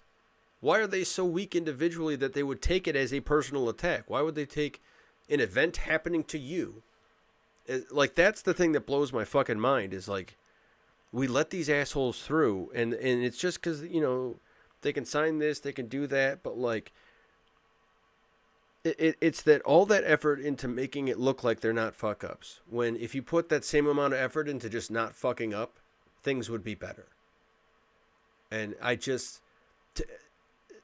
don't know. That kind of stuff just infuriates me, and like I almost need to not talk on it because of how, and like, because this is what happened to you happened to me in a far less dramatic fashion, but it was from the same shit of like, oh fuck this, get him out. Yeah. It was that conversation happened of like, oh, I'm not doing that, just fucking get him out, and then Yeah. everything else precipitated rather than troop care, which I is mean, your only job. they they knew how important it was to have my billet filled. And it became a game of how fast can we get this guy out the door. Now they expected me to take that deal because they fucking ambushed me with it, Mm-hmm. and And then they they were gave me a window, and they dehumanizing just you. expected me to take the deal, Mm-hmm. right? Because they're trying to Well, enforce compliance. I'm sorry, but the only reason why I was good in combat is because I'm so calm under that type of pressure. I may have been going through something mentally, like, Yeah. you know, in another aspect, but when you put me in a situation where I have to survive, I will find a way to survive. So when they gave me the deal, I saw it exactly for what it was. You guys are ambushing me using fucking, Gestapo tactics to fucking get me to sign a goddamn deal. Right. Uh, we're not playing that game. So I told them the next day, I'm like, I'm not going to make this decision without my lawyer telling me yay or nay. And they were like, "Do you want me to tell the colonel that?" And I said, "Yep." Mm-hmm. So, you know what? Did I hear anything else after that? No, I did not. And I stayed. I checked into that treatment facility and I, again, worked my fucking ass off. You start as a level D patient, which is like you have to go everywhere with hospital staff. I left there as a level a leader in the community. I had held the AA leader position. I was a master of arms for a week. Uh, I volunteered at all the barbecues. Um, I was there to help others and to help myself. And I really did put a lot into that as well. I worked with a great therapist there as well. I had a great, all my counselors, the psychiatrists, both of them, everyone was amazing. And again, the unit had stayed quiet. They were obviously pissed because there was a point where they were going to pull me out of treatment because I didn't take that deal. Because the only reason why they were letting me go to treatment was to be there while my paperwork went through to get out. But now I'm at treatment and I told them no. And now they were like, this bitch. So they were fighting with the treatment team. And the treatment team was like, look, you pull him out of here and you're taking all the liability. If Mm-hmm. he goes fucking bananas, it's fucking on you. And Yeah. that's the only reason why they backed off. Otherwise, they would have taken me out of treatment. Because that's how you get So clock tower shooters and shit. Like, if you right, keep pushing people's buttons, that's how you get those assholes who just. Didn't we have another shooting at a naval base? yep, Of you guys picking on the Arab guys until they start fucking picking back? yep, And then, a decade later, we're like, well, maybe they were ISIS or something. No, they weren't. They were just being picked on, you fuckhead. yeah. So um, what? Okay, so my treatment team extended me for a week because they didn't want me to go back to my unit, Right. and they were on top of their shit. So they were like, "You're not ever going back to that unit, like ever." I'm Good. dead serious. The doctor said that to me. She said, "You will never go back to that fucking unit." Yeah. Because the And crazy so thing did is, too, it, the other part that's kind of infuriating is like, our stories are not unique, but they are rare. And so, that's the other bothersome part is like, sometimes I get hope that these processes had died off, but then you see it happen again and you're like, son of a bitch. But it's like, it's an yeah, environment thing. Well, and because, like, uniquely, like the unit I was in, our environment was pristine for quite some time. And then the big shift was we had a commander come in who thought it was his job to just, I don't know, clean house or whatever. Like, he was trying to make some kind of impression. It was his first command. He was not very confident in the role. He didn't have the ability to project confidence, and so he was always like undercutting and one upping everybody and like just real juvenile kind of horse shit. And then he thought maybe he could make some headway by like clearing the rolls, and so like he was accusing people of lying and all kinds of shit. And like, we had people who did like 3, 4, 5 rotations overseas, and like, you accumulate stress, you accumulate wounds, shit happens when you party naked. And like, he just couldn't grasp it. And like, and because he really fucking bummed out, he drained all the morale out of that balloon. And like, that's what happened that allowed my unit to go from the best times of my life to the worst, because all of a sudden just nobody could care. Like, the systems in place, like, because the leadership was so weak, we couldn't do the things we needed to take care of each other because we were being cut off at the knees. And it just made our job hard. And we had a huge attrition at that period too, not just people that got pushed out, but people that just quit and said, I'm fucking done. It wasn't a huge amount. It wasn't like 50% or half. It was just like, but it was enough to go like, hey. And eventually he was fired for it too. He was still promoted, but like, he was fired from that role because they're like, dude, you need to stop whatever the fuck this is, because you're just poisoning this unit. You know. yeah. It's almost sad because like we push out so many good people that you know it. I I don't want to make excuses for people, and I don't want to say like excuse people's behavior, but Right. No, hold people some responsible, but also, right. put some Take effort care of in. your fucking star players is all I'm trying to say. Like All your you know, players, because they're all star players. Like, you need all those people every day, and you need to remember wait. that. I guess specifically to my circumstance. Sometimes I may be tough to deal with, but um, when I'm up and running at full speed, which Lord knows we didn't know how long that was going to fucking take. Right. But when I'm there, like you get a special thing, you get a special product. Yeah. Um, and like I said, I'm not here to toot my fucking horn, but I know the things that I've done. I've seen it on paper. I've seen it from other people. Yeah. I've gotten the feedback to know that I have done some exceptional fucking things. I've had a great fucking career. In the Marine Corps and outside of it. So um, it sucks that, sometimes like sometimes you got to put up with people's fucking shit to keep that fucking asset, and just hope to fucking God that you can fix it. Well, it's the old Because saying, it is, it's better to have them inside the tent pissing out than outside the tent pissing in.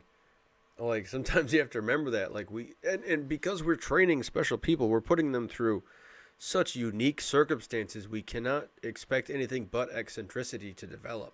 Not everyone, but it's gonna pop up. Like because we're adventurers, because of who you recruit from, like all of the just bananas variables that go into the selection of American military forces. Like we're gonna be weird, guys. And so you should never. The fact that you're still surprised by us being weird means either you're not paying attention, you're not passing it on, or something's going on. But like reading source material from the Revolutionary War, the Civil War, all the way, every conflict we've been in, they all sound like us when we joined, they all sound like us when we got out. Like none of this is new. None of this. And so like the excuses are gone. Kurt Vonnegut talked about this. Hemingway talked about this. Aristotle talked. Fucking everybody's been talking about this for millennia, and then to just pretend it's not a thing because it's extra work for you or something. Like I'm not. I don't. I don't see what the. I don't. I'm missing it. We know that when we put humans under these circumstances, there's a possibility they're gonna fucking break. And you took the responsibility of putting that person in that environment. And now you have to take the responsibility for what happens as a result. And that includes them turning into a star performer or a fucking serial killer. But like it's on you, man, because you put them in there. and it feels like the ultimate betrayal to me. Uh, It's like your uncle that fucking touching you. Yeah, they weren't.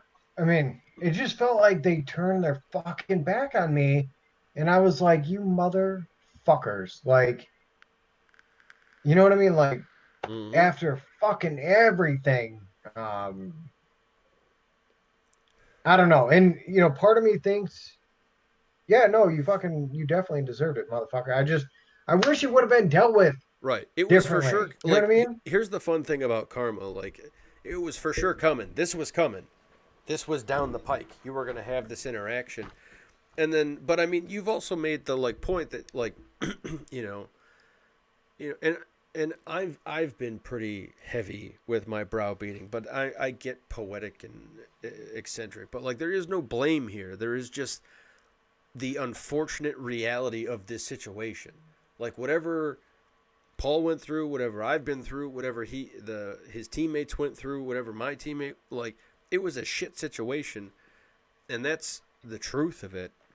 But like the infuriating part is that like there are procedures to get out of this. Like we know we have ideas of it at least. Like we don't have all the answers, but Yeah.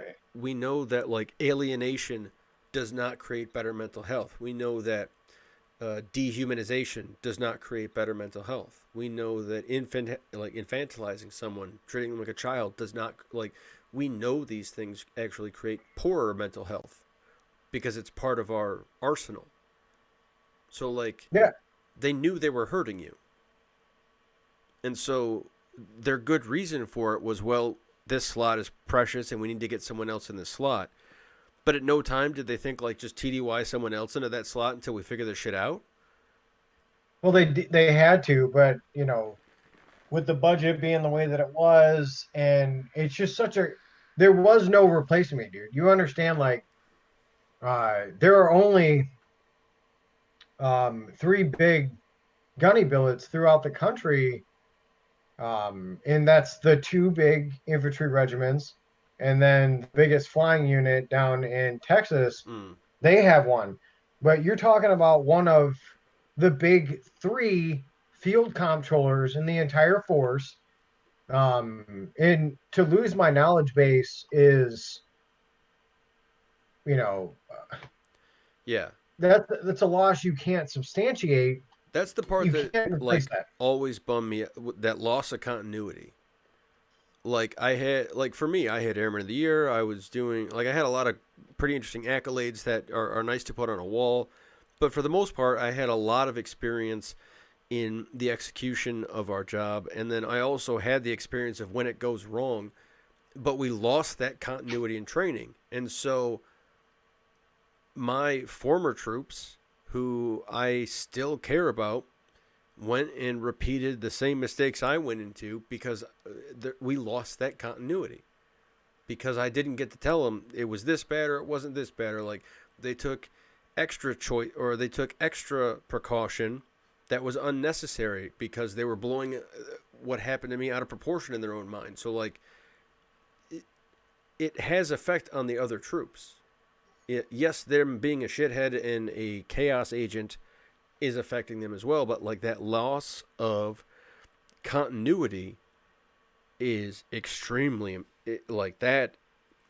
That's why you keep having to rebuild. That's why we have those rebuild cycles all the time, is because we just lose that continuity, and it's the worst thing a military could have, is a loss of continuity. Yeah, and I mean, I know they lost a big thing, and here's the thing: is they gave me the deal October 21st. I went to rehab that day. I graduated December 2nd. The Marine Corps wanted me out that day. That was the original deal, was to have me out December 2nd or whenever I could complete my separation class. Mm. But I mean, that's essentially what they wanted, was me out right then. That turned into uh, the eventual, climax of this whole thing. Uh, my treatment team made it very known that they did not want me returning, that I was put on Limdu with chronic PTSD, that said that I was so bad that I was unable to perform my duties. That is verbatim from the Limdu paperwork. Mm. Uh, it said, these mitigating factors are caused from uh, maybe not all of it, but a mitigating factor to everything that was going on with me. Yeah. Um, and they wanted me taken and put into a Limdu command like Wounded Warrior, where I would be taken care of and eventually med sept from the Marine Corps. Right. Now, that was accepted. Um, and like they had corresponded back and forth with my unit. My unit had said that they were going to endorse it and blah, blah, blah. Here's the plan to get him, whatever. Now, I got picked up December 2nd by a major and a sergeant major. And shit's not good when that happens. Yeah. So, um, I I was told, about 20 minutes into the ride, that they couldn't take the risk with me being out of a facility, even though I had all the liberty in the world while I was at rehab. Right. Um, I was able to go out in public and do things and whatever else, and I chose not to drink or do anything stupid that whole time. I was very committed. Um, they said they couldn't take the risk with me, and they were taking me to the Camp Pendleton brig. So on December 2nd, I was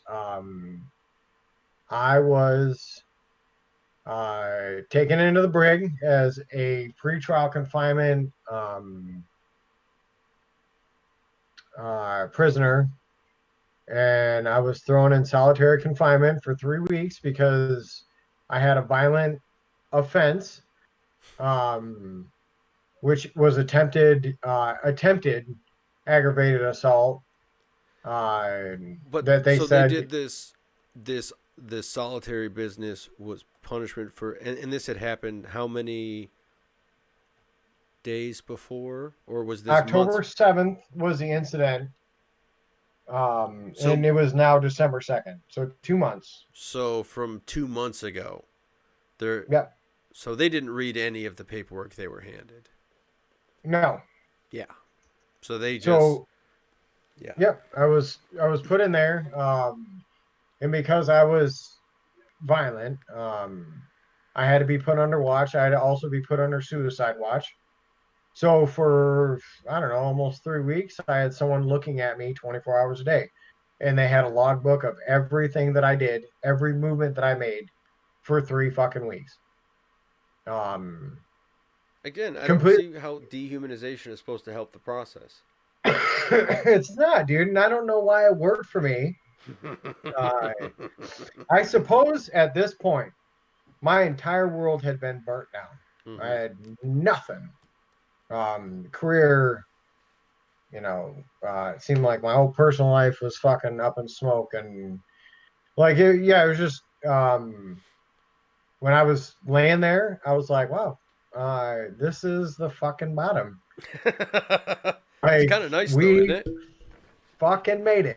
So, I I actually, my mood while I was there was positive. There was nothing I could do about it. Yeah. I had taken the Serenity Prayer to heart, and there was nothing I could do to change that situation. So I just went to fight mode. Yeah. I didn't get to make a phone call, any phone call, for a month. That is also documented. Um, because I had the Jesus. only number that I fucking knew was Aaron's number, but Mm. I had a fucking protective order to Aaron, so I couldn't call my kids. I couldn't call Aaron. It was a fucking nightmare. Um, the unit was 8 hours away, so it's not like they can fucking do anything, nor do they want to. Right. Aaron's flipping out. I got, all my loved ones are like, what in the fuck is going on? Like, there's no updates. They're not telling anyone that's going on. Like, shit's just crazy. Yeah. And the general ended up getting involved. I sent up a 14-page document while I was there, basically telling the general from my side everything that had happened from the time that I got to that unit until up to this point, all the mistakes that were made on both ends. I took accountability for my shit, and I said, you need to look at some of this other shit. There are some serious, faults in your guys' armor here. So I set that up and I said, I just want accountability across the fucking board. Like, you Right. guys threw me in the goddamn break for what I did, but there's no accountability of saying, like, hey, Imagine what you're gonna do to a private or a lance corporal or like someone you don't give a shit about. right, Like if because again, where's leading by example, you're telling all your other troops that when they come to you with a dilemma, you're gonna do this to them. Like, and that's yeah, the general should know he's got officers that are telling his troops that there is no help. well, the general wasn't there. So I got his chief of staff, who sat in for him, which was an '06. The guy who put me in the brig was an '06. They talk every fucking day. You can Nice. imagine what happened. Yep. The '06 is going to side with the '06. And he gave me, the one thing he did that was really great was he explained everything to me. And that's respect, dude. It's something Yeah. that I had not been given up to that point. And I was so happy to have someone like explain it to me Right. and why they were doing things like that they were doing. And he really did And it's do all the ridiculous research. that He had looked over everything. like that far in the process. And it was something we said early too. Like this could have been addressed way earlier if you said, "Hey, crazy person, why are you being crazy?" Or Yes. if you said, "Okay, well, we don't know how to deal with that, so we're gonna do this." Like honesty, like that subterfuge never does anyone any favors, ever. Like, and it's insane that you found your first piece of respect in fucking jail. Yeah. Like that's And insane. so um, it's like all out war now between the unit and me because people are going ape shit on the outside. um Now, like, a congressman got involved. He's like up in their shit, and now the chief of staff is coming down to the unit, and he's like, what the fuck? Right. Like, and It's good. so everyone is like, dude, just get him the fuck out, right? Yeah. And they sucker punch me, right? So I'm thinking, all right, fine, fuck it. You know what? I'm done. Like, I'm done fighting. Essentially, I could have gone to court martial Hmm. and won. I have no doubt in my mind I would have won my fucking case. This has everything to do with mental health. Um, obviously this would have been a huge case. And they don't like going to trial because if I would have won in trial, then it would have become Right. Then it's in case the law Marine Corps after that. times, and yeah. Right. And they didn't want that shit. So they wanted to give me a fucking deal. And this is the really shitty thing that they fucking did is I finally said, look, I'll take a separation in lieu of trial. Um, I'll take my separation, but I said, look, I want you to consider letting me do my disability stuff before I leave to get a final physical done the correct way because the way that they did it was, oh my God, I'm not even getting into the details. So I get fucking pissed. Um, so, and I also asked for them to consider giving me a general discharge vice and other than honorable discharge because of the mitigating factors of everything that happened. Yeah. I don't think these were hard requests, dude. Like this is me saying I'm willing to get out. Give me something to brace my fall. Right. Well, I talked to the general right after I sent it up, and he said I will review it as soon as it gets to my desk. You know what he ended up doing? Mm. Oh, we got your paperwork. We saw that you took the deal. We know us not giving you all of these things is not a term of the deal. We don't have to give these to you, so we're not going to. Signed my separate, then he was instructed to take me to a bus stop uh, with my 214 and the shit I had from the brig and have a good day. 14 years of service. That was my last day in the Marine Corps.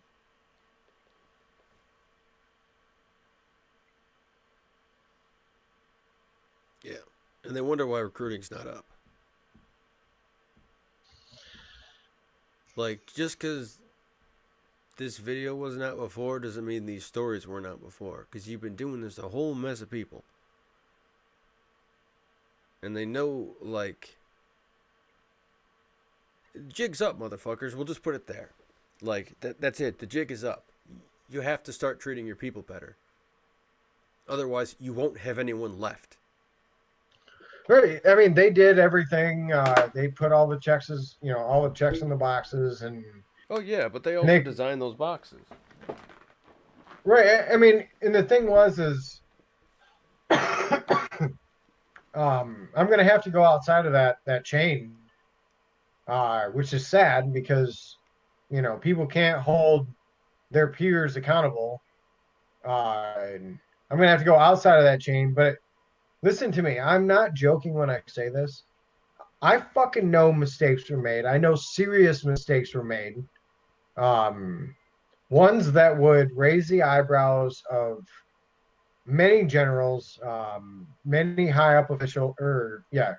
uh, higher up officials, and that's in the government in general.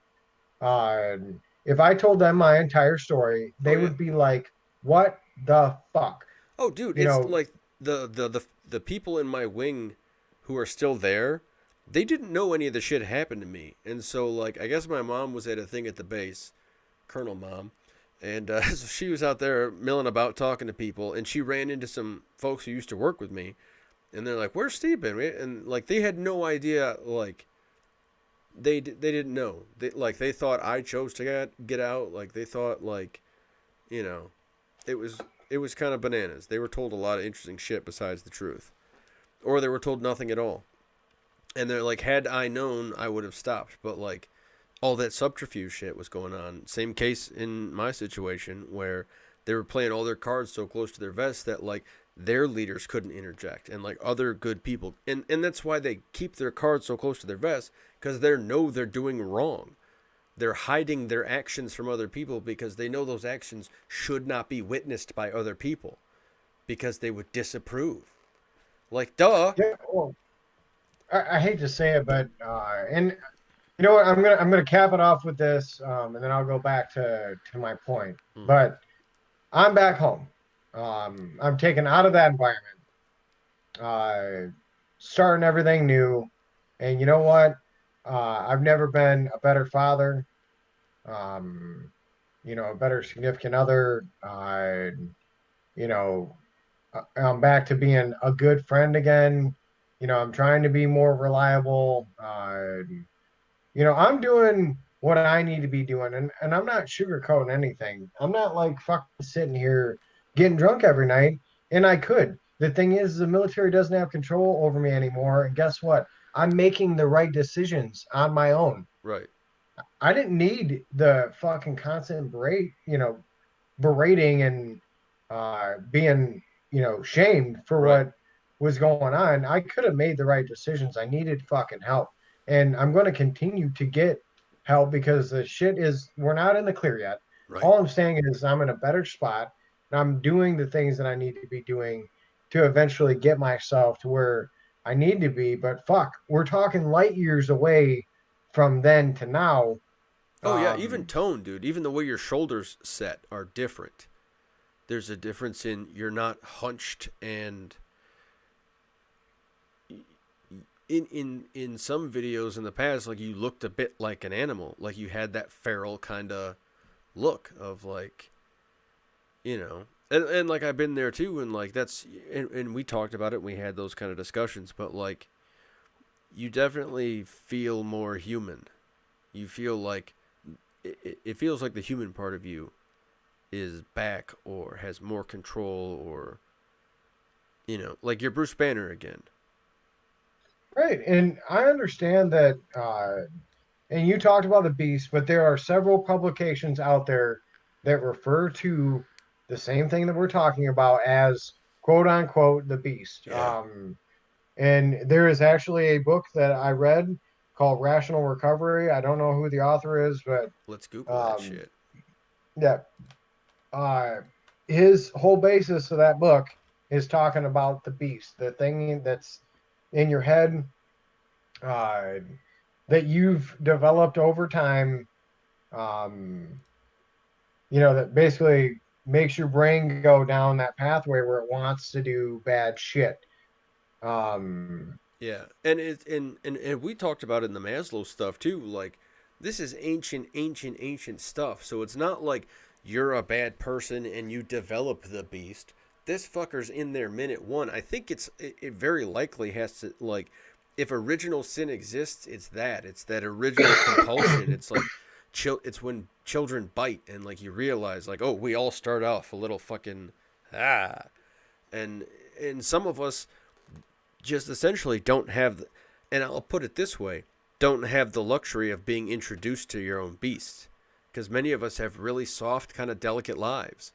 And everything just kind of goes from like cradle to grave and we don't know anything. But then those of us who like are put in situations where being a human is not the most successful option, you become something else. And yeah, that's you that do. fucking beast. It is it is not something like, you know, uh, we're just making up here. We're like, this is an actual thing. I can only see your screen, by the way. Oh, sorry, my bad. I hit the wrong buttons. Um, so I guess what it boils down to is you need to know if it's there and it's a prevalent part of your life. Mm. Um, you need to understand what it is and then how to work with it because that shit ain't gonna get. It's not gonna go away. My Imagine part, wrestling a monkey. Now imagine wrestling an invisible monkey. right? And you're And halfway there. you you have to learn how to manage that shit. And you know what I can say without a doubt, that over the past year, that has been extensively where I've spent most of my time. Yeah. Is understanding that part and how to control it. And I've done so good at getting to a point where I have that thing, to the point where I can actually move forward in my life. And I'm glad to admit that. I'm not saying like I'm completely healed because the truth of the matter is if any person can be capable Mm. of anything if they're put under the right circumstances. Yeah. So if you put someone against the wall, so if I was put against the wall again, could I turn into that person? The possibility is there. Right. I'm not saying it would happen. I'm saying that that part of me is always still there, but I understand how to work with it. And I think that's something people need to concentrate on if they're going through something like this in the future. Because like to to be a bit hyperbolic, but I mean, essentially, they were brainwashing you into thinking you were a piece of shit until you agreed. And then, because Yep. their assumption was he's a piece of shit. And then you're like, I'm not a piece of shit. And they go,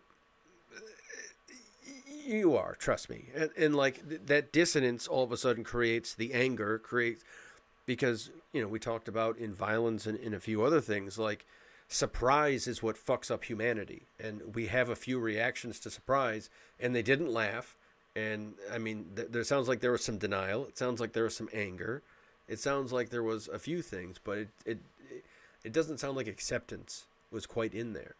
Which also leads me to believe that like these people are just emotionally immature because they're afraid of examining things that ragged and that because there is some truth to that. Like when you start examining those depths, you're in it. Like when you start swimming with sharks, you're in shark territory, and like you're kind of stuck there. And I think maybe that's what causes this like visceral, because it is a visceral thing too. It's very like, there you're a piece of shit.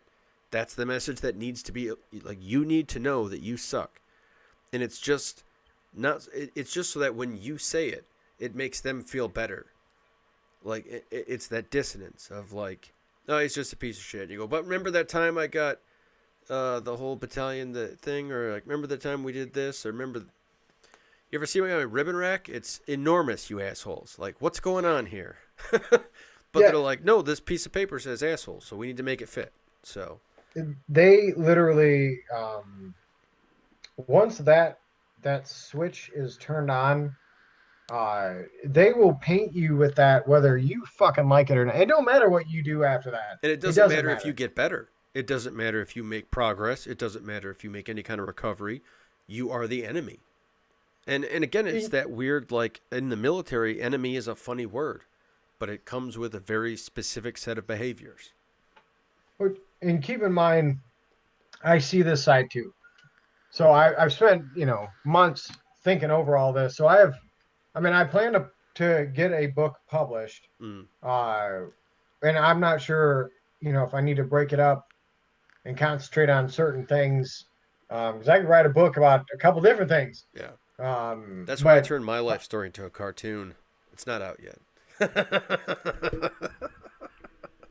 I mean, Like, essentially, you could make mine a fucking cartoon too. I It know, got dude. that crazy. It's like, where do you start? Because like that was the because like I've been for since 2006 been trying to write a book about just all the weird kind of crazy shit I've been through, and like I'll tell you what, the reason I picked sci-fi instead of doing like a memoir is because like I started the memoir and then I wanted to leave out certain details just for uh, like as a courtesy to some friends. And then I'm like, so maybe I'll do this as like a realistic fiction, so it'll be based on my life.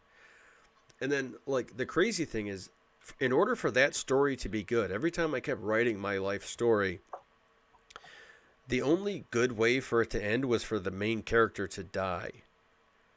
And then that kept fucking with me because I was dealing with suicide and I was dealing with all this like crazy shit. But that's also why I put it in to sci-fi, because like I still think it's true. Like I needed to kill that version of myself. That person I Hmm. was writing about needed to die. But you can't talk about non-lethal suicide. That doesn't make any fucking sense to anybody. Like the words do not apply to one another, but then we still have this moment of something about ourselves had to be killed. Like cuz you said the moment of clarity you had was on your ass. Like and I concur, that is the most peaceful place to be, is rock fucking bottom. There is something so soothing and warm, even though you shiver and piss. There's something, because there's nothing fucking else. Nothing else can disappoint you. Nothing else can hurt you. Nothing else can happen. Like either you die or you move on. But like that's the nice thing about hitting rock bottom is Yeah, you're right. your choices are real fucking limited. And Hey, it didn't. It none of what they did broke me, and I guess from from looking at the officers in the Marine Corps specifically, you're in the world's finest fighting force, and you're in the leader corps of that organization. If you don't know how to deal with mental health or what's going on with a certain person, it's just giving you too much problems, and it starts to really kind of itch on your ability as a leader. And that's where it really gets offensive for a lot of them, because they're like, he's making us look fucking bad. And my lawyer even said that. He said, stop fucking rocking the boat. Right. He said, because officers don't like being called out, and you have called out your fucking command a lot. He's like, I'm not saying you didn't have a case. You do. He said, I've read through everything. You definitely got a case against them. Mm.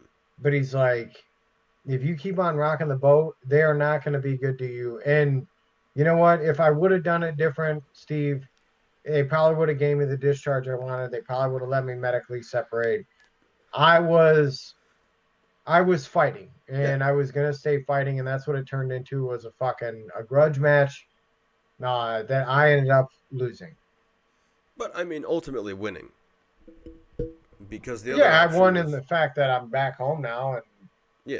but Because I mean they fucked me out of my dignity, and putting a cap on my time in service and everything like that. Like taking away both my rockers is like taking away part of my soul. You know what I mean? Like, mm-hmm.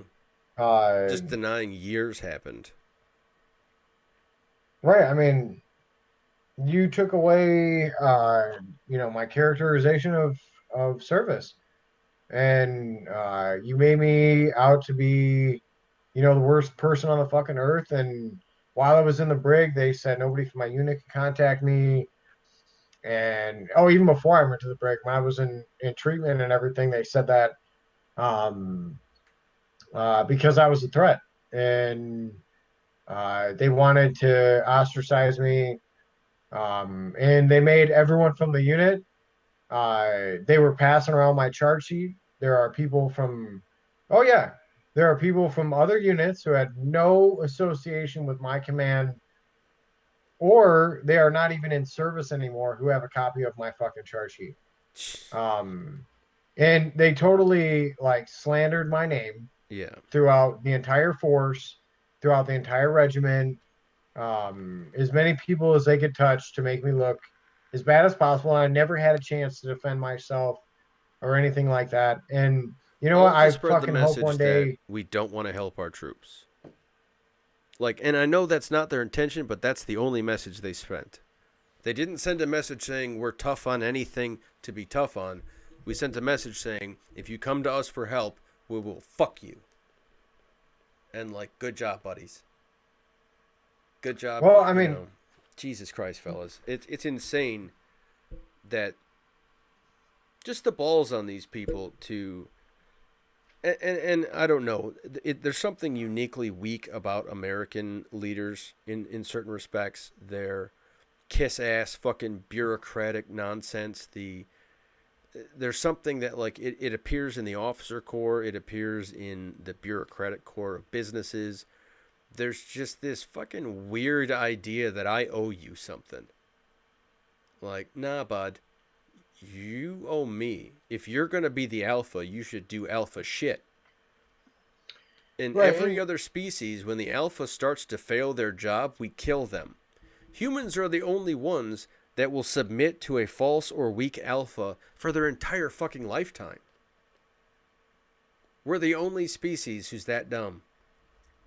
Every other species, the minute the wolf pack leader stops leading the wolf pack, they fucking kill him. And I'm not saying we should kill these people, but I'm saying it's abundantly clear that they're not doing their fucking job, so let's get them out or get them trained, but do something.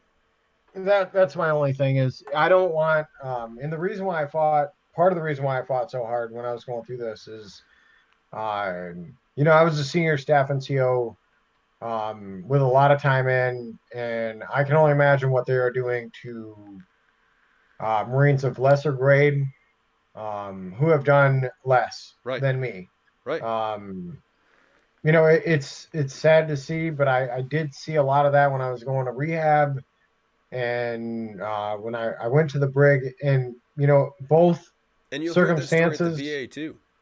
What's that? A lot of patients at the VA were, they had a shoulder accident, they had a this, they had a that, something happened, they had PTSD. A lot of people with PTSD have general discharges or have just honorable discharges. They're not medically retired. They're not medically discharged. They're just fucking put out to pasture. And that Right, and is then a you're just it's far passing too that common. off to society, which Right. that's not being, I guess, as a leader. And I'm gonna knock it, you know what, because I would have fucking done things different. I know in my heart I would have. uh Knowing you, you Look, would have at least had the conversation. I Cuz would have had the conversation. I would have been like, look, motherfucker, like, you're one of the best. Like, we need you in the fucking fight. So what do we got to do? Like, what do we got to do? Let us help you because we don't fucking want to lose you. right. That's all they needed to say along the way. And then zip, we're in another universe. We're Right. in And a if I made a completely mistake different after world. that, you know what? You shovel my ass back up and you say, fuck, you know what? That didn't help. We gotta keep pushing. Plan B. And Because when do we give up on our people? You know right, what I mean? especially the ones who are trying, because like the entire time through, you're actively participating in your treatment. You're actively trying to like at no point where you're just like, man, I'm not gonna do this. You participated in treatment, and so there should be give and take. Like you've been asked to participate in treatment, and then when you get out of treatment, their behavior is as if no treatment has occurred, and in fact, they behave as if somehow something less than treatment has occurred, like maybe you're more dangerous or more feral.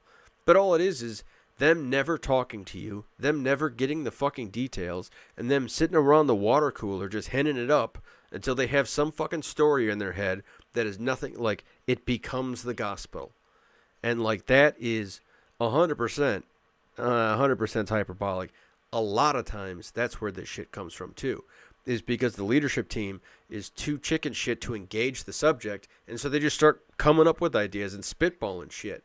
But because you Right. never test that theory, you never test those ideas, you are you have no choice but to make the wrong choice because you're not working on the right info. You do not have all the intel. You're walking into a battlefield and you haven't even considered if there's mines yet. You dumb shits. Like, how do you I clear every other house, but like somehow you don't know to cover your ass in this process? But again, it goes to training because these are probably, for the most part, relatively good officers who can get a job done and get. But like, they could be better officers who like. That's my ultimate thing. That like, what breaks my heart the most is that like we could do better, and no maybe that's where hope exists too. Because like, the point yeah, yeah, the sorry, point that's frustrating is you went to this length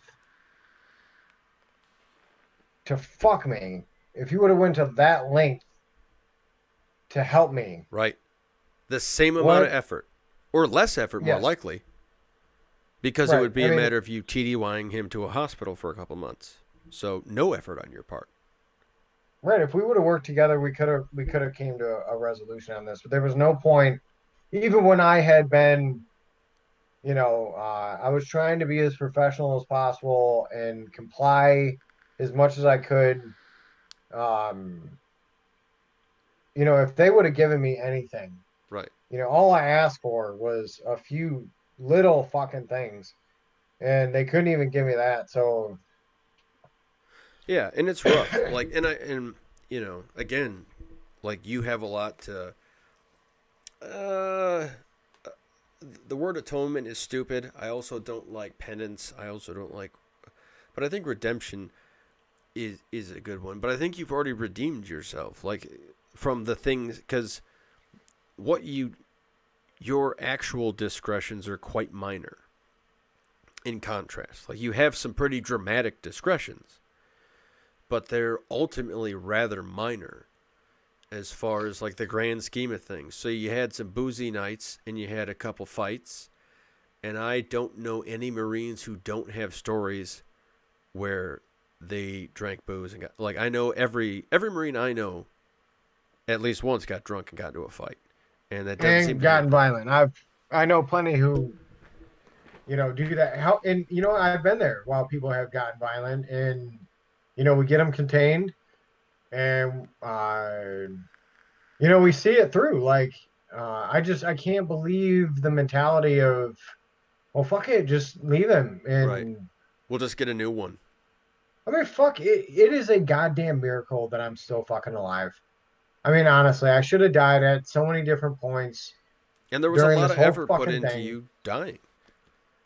Right. Like, there I was mean, a lot of effort. if I didn't off myself, I was drinking myself to death. So, and I wasn't eating. I mean, we're talking like I had some serious medical problems.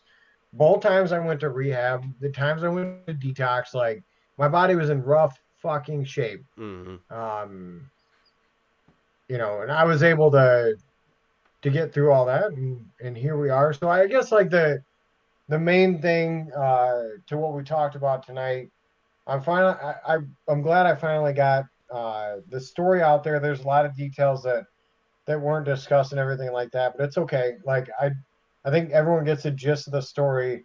But I didn't want anyone to be kind of wondering where I went and what happened. And there needs to be some accountability for me to say, hey, this is what happened, even though I am ashamed of some of this. And it is hard for me to talk about these things because I have always been known to be like an exceptional Marine and, a good leader and someone who at least does right by their people.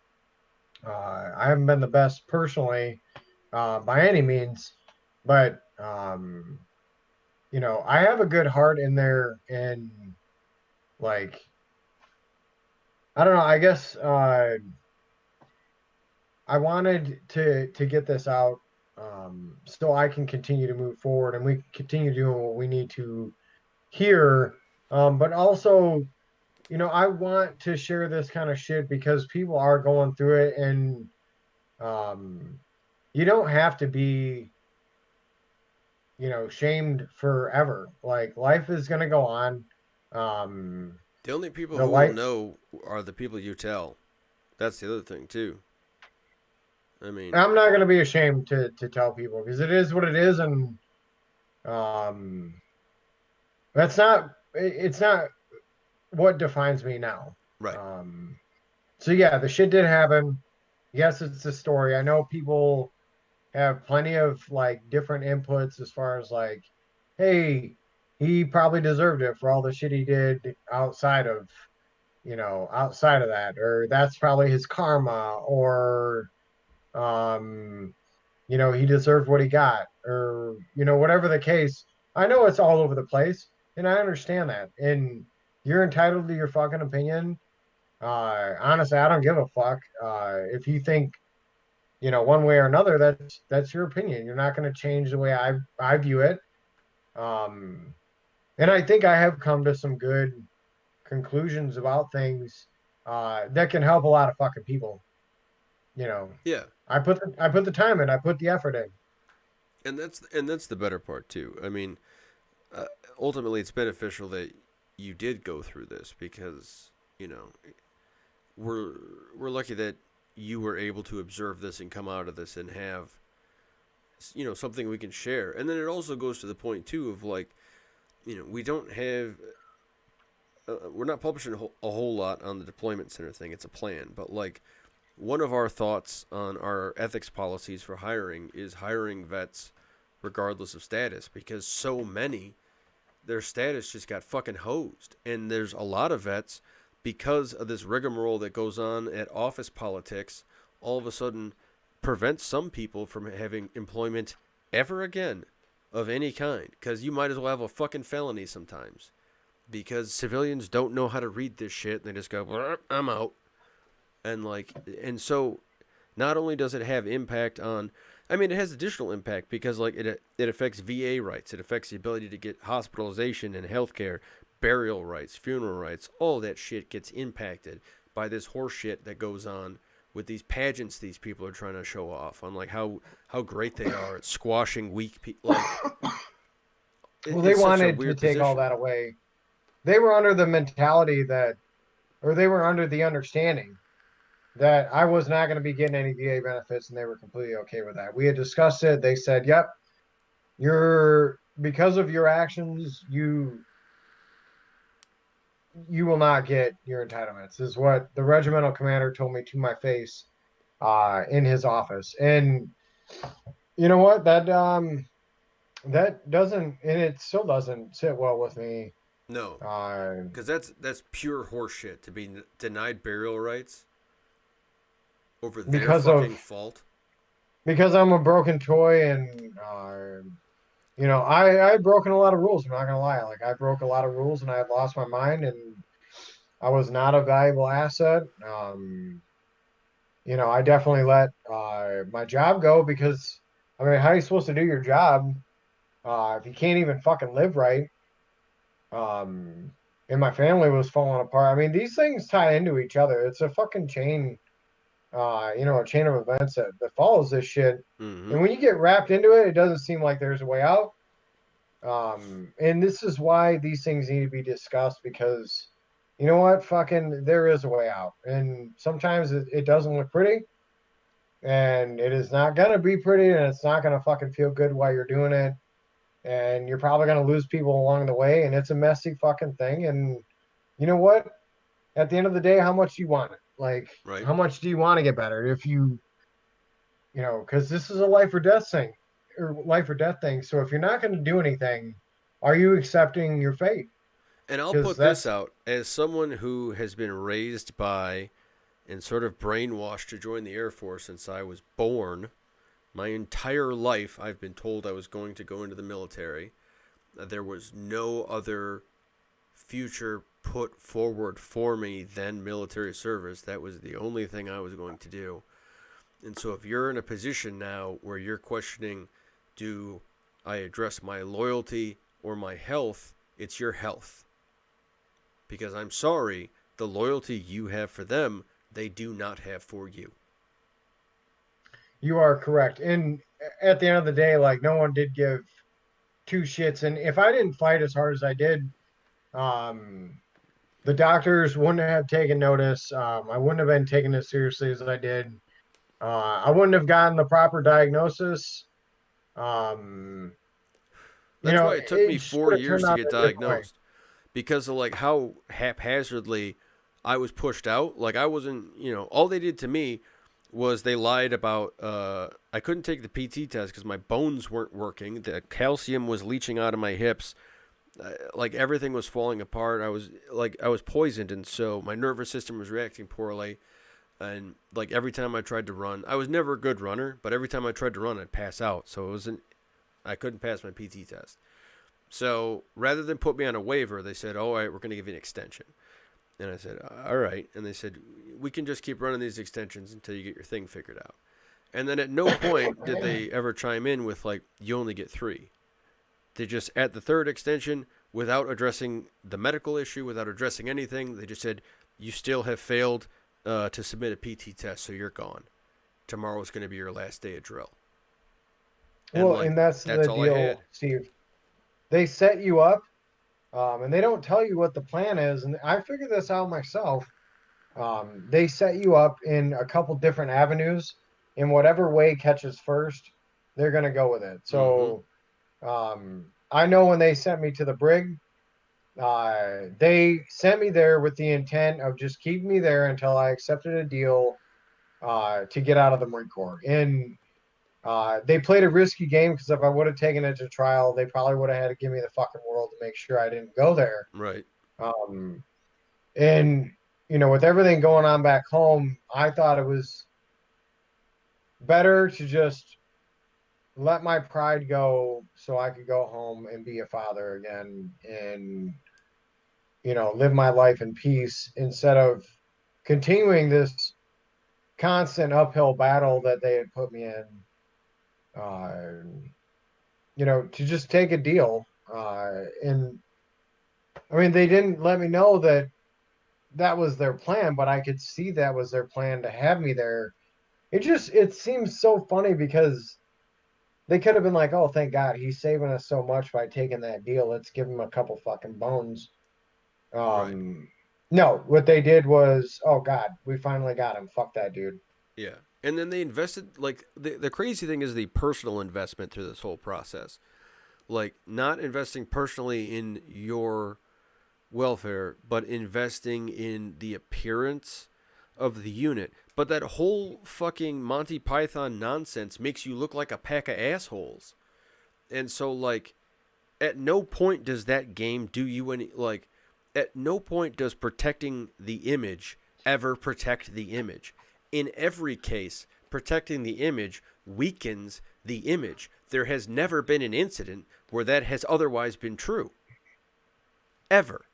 You can have minor, brief, acute moments of it, but it is fully unsustainable. Someone's going to find out what kind of fucking idiots you were. Speaking of which, we haven't used his name, luckily, but hey now, they know who the fuck we're talking about. The ones who need to. No, I'm not done. I mean, this is not a done thing. I'm a very proud person. Um, and I'm not just like this doesn't just affect me. This affects my family. Yeah, man. Um, and I had my son tell me the other day that I got fired from the Marines. My son, who's 9, told me that he's like, yeah, dad got fired.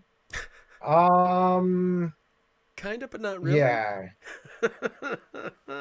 I mean, look, and that shit does not sit well with me.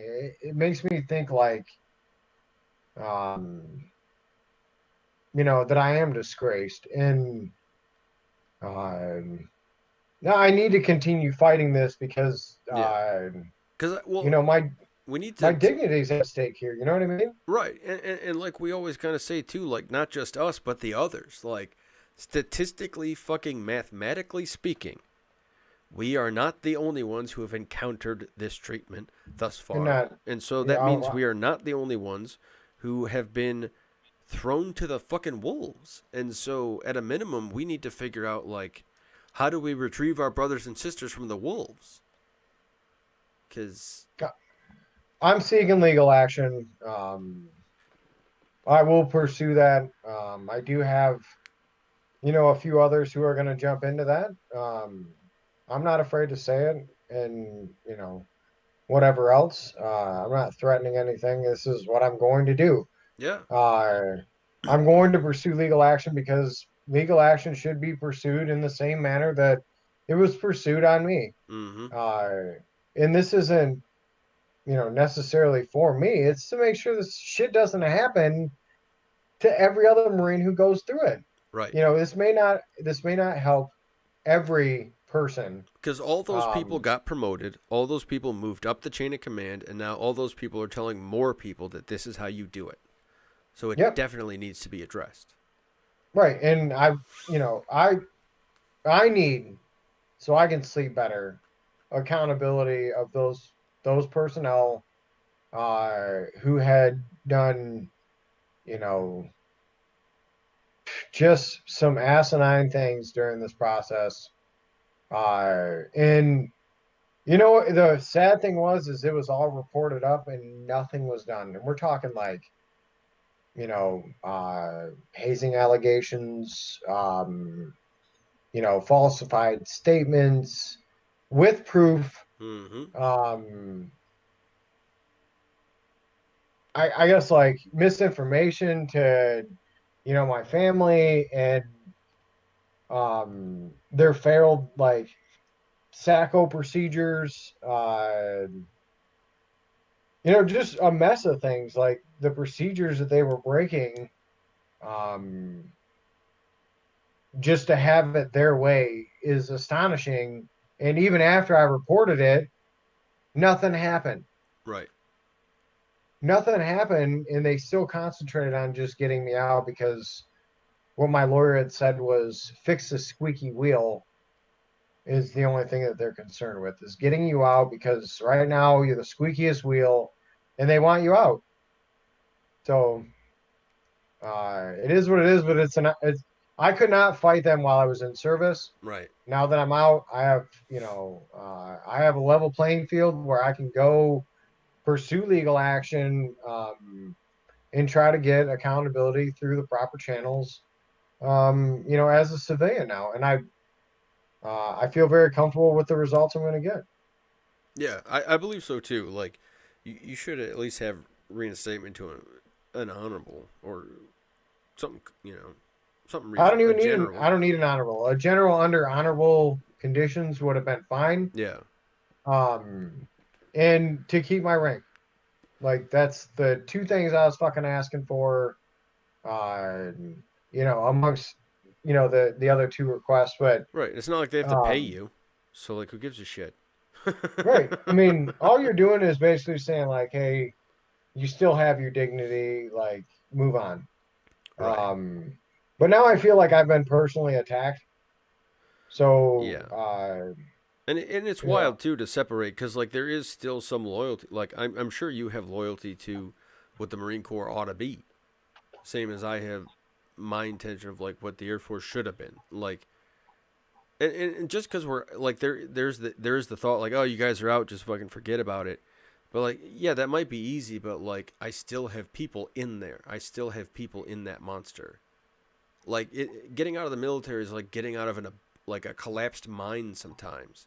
Like I still have people in the mine, and like that's the concern. But then the additional concern too of being a VA patient, just being a citizen in Michigan, and seeing all these people who did their damnedest, volunteered their fucking hardest, and are ignored and shit on constantly. Like it's wild how it's just nuts, man. They asked the world of us, and we gave it to them, but they could give a fuck less. Inside, outside, civilian side, military side, nobody gave a shit. And maybe we were dumb to think they did. Maybe we were dumb to believe their promises that like people, but like I don't think that's the case. I think it's meant to do better and perform better, and it should be held to that. And as a fucking taxpayer, I expect better of my military forces. I Like, agree. I don't want my Air Force to be a pack of fucking idiots. I don't want my Marine Corps to be a pack of fucking idiots. I expect them to be ready to handle the missions that are coming. And it's going to be Well, wilder. We're going to start melting people with laser beams and shit. And then how are you going to talk to your troops about that? Like, it's going to be crazy soon. we are going to address these things, and hey, I'm all about it. Like, if you guys want to come after people and get accountability, then fine. Let's start taking accountability on all fronts. Mm-hmm. Your mistakes, my mistakes, our mistakes. If we're gonna take accountability, let's do it on all fronts. Yep. If you're not taking care of your people, you need to be held accountable. I'm sorry. Right. How That's come your all fucking these job. officers get promoted? Like, even the commander who was fired for getting rid of all of his members was still promoted. Like we never demote officers. I haven't seen it. I'm sure it happens. It's a provision No, that's they get relieved. authorized. They just Oh, go home. see, that's the crazy thing. They can just go home, or they get promoted and like a pat on the back and a medal and then a job at the Pentagon and then but like see that's the other thing officers do that's fucked up is like they find a shit like there's all these good officers out there and they're trying their hardest to get things done. And then there's some shitbird. And so that shitbird just gets passed around by all the other like they don't want to deal with him, but they can't get rid of him for some fucking reason because he's got a contract or he knows a guy or whatever. And then all of a sudden they end up as like the XO to some fucking thing that doesn't really matter just to keep them there. But then the problem is the people forgot why we put General Zod in that fucking prison, and then someone just lets their ass out, and now they're commanding a unit. Now they're commanding a platoon. Now, and like this fucking person that we've been hiding, but nobody told we were hiding. And this is a thing that happens. I mean, this happens in school districts with teachers. This happens in the church with priests. This happens in every fucking business you're in because we're typically too chicken shit to address the problems that we see. We're too chicken shit to talk up. And like, at no point were they like, all of the terrible things they did to you, like they never killed you, they never took your life, they never did any of that. And so, like, if you're not a veteran and you're watching this, and you're like at McDonald's or something, and your boss is being an asshole, fucking go for it, bud. Because he was in the goddamn Marine Corps, or he was surrounded by trained killers the whole time, and he's here just fine. So those fuckers at McDonald's can't do shit to you, bud. Fuck them. Yeah, I stood my ground. I'm proud to, I can tell my kids one day I fought. And I'm still going to continue to fight, and I'm going to help people who are in this circumstance. I fucking know what it's like to go through it. So, It's rough, dude. um, it Like is what it nobody is. And talk to hey, me. my story is, I mean, fuck, man. I have a lot to be sorry for. I have a lot of regrets. Um, but I'm here and I'm fucking trying. Right. So, forgive me, don't forgive me, whatever the case. Just learn something for God's sake. Even if it's not what we intend, learn something from this. Yeah, don't feel like I want to. If people are watching this from my past and they're saying a couple choice words about me, that's fine. Uh, most likely, like you don't have to forgive me. Most people that left me during that whole thing, I don't fucking want you in my life anyway. So, uh, I just want to live my best life and yeah, help people who have been through shit and talk about things that I've been through. And I would like to eventually get to a point where I'm not, ashamed to talk about this. Mm-hmm. Uh, because I want to have my pride and my dignity and everything like that. And I fucking deserve that shit. Yeah, I'm not a man. bad person. I had a bad time in my life and I'm trying. So at least give me credit for that. Yeah, man. I think it's a good example for a lot of people to just kind of bury your ass like that and say, "Here's what happened," and because the rumor mills and all the treacherous kind of poisonous shit out there, but like at least at a minimum, it's been it is being addressed. It's begun to become addressed. Like this conversation exists, so someone's gonna stumble on it and go, "Holy shit!" and that exists there. Like and we know like obviously we don't do a good job marketing, so whatever. We've been Not chatting, yet. and we'll get there at some point, but like it, the only reason we survive suffering is just to tell other people about it. I mean, what else is the reason? Like you can move on from it, but like I don't know. Like it seems like the only natural thing to do is Well, I'm sorry. Go ahead.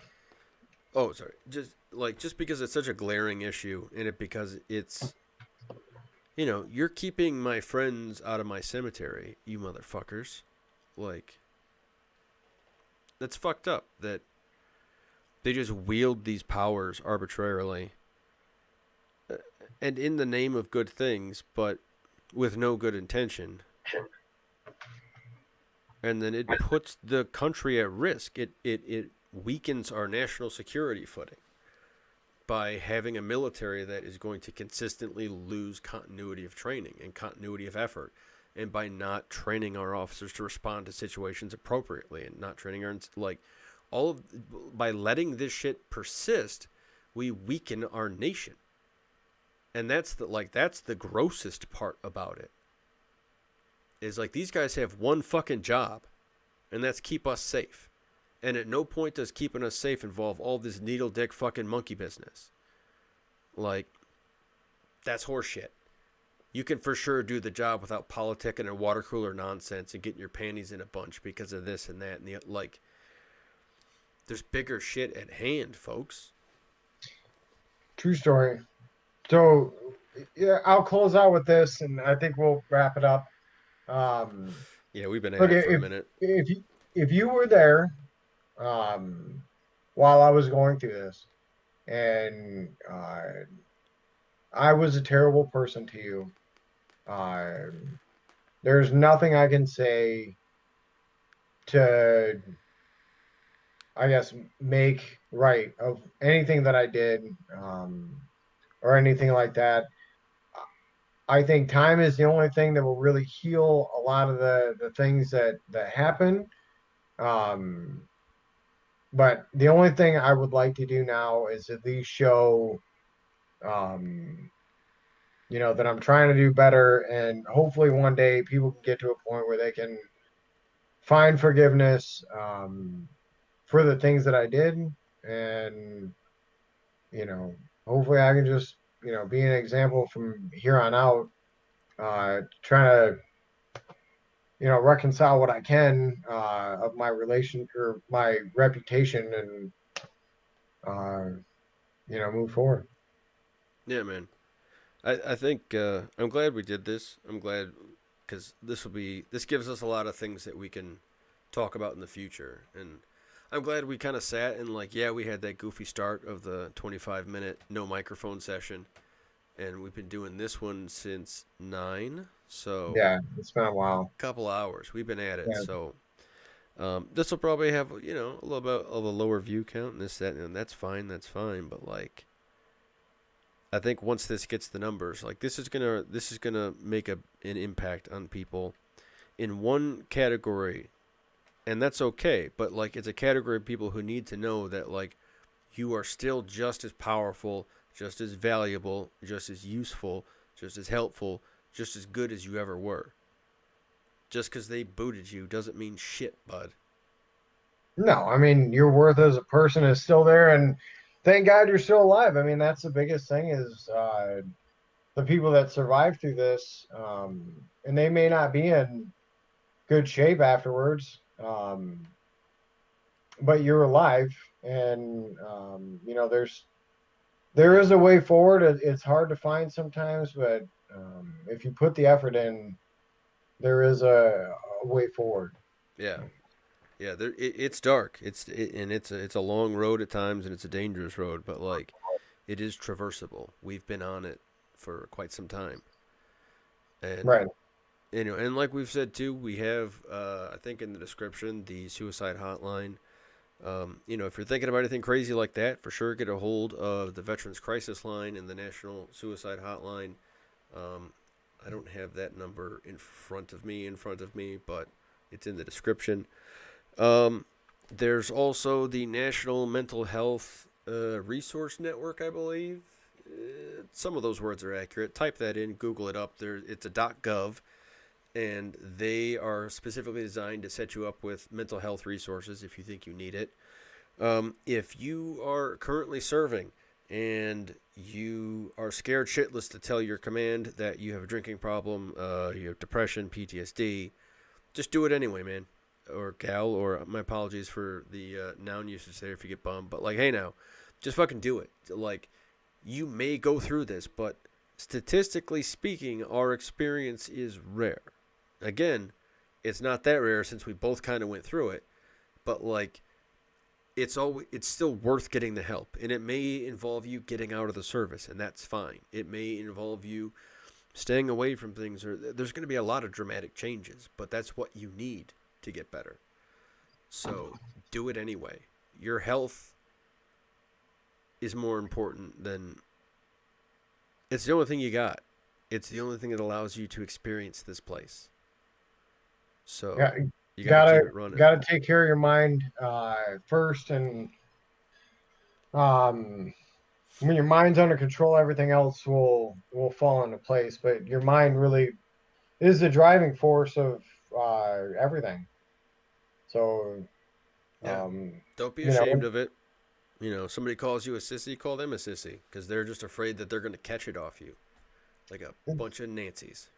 some of you folks need to look at environment too. Are you in the right environment, and is it an environment that you can actually prosper? Right. So, And then also, this is too, the time. like negative cognitions on your end are because you could be in a good environment and be a shithead. You could have negative cognitions and paranoia and delusion. And these are all things, too, that come with PTSD sometimes. And so you can get paranoid. And so and that's the worst part. Like when you, because the worst part is if like you think there's a conspiracy and it turns out there is one.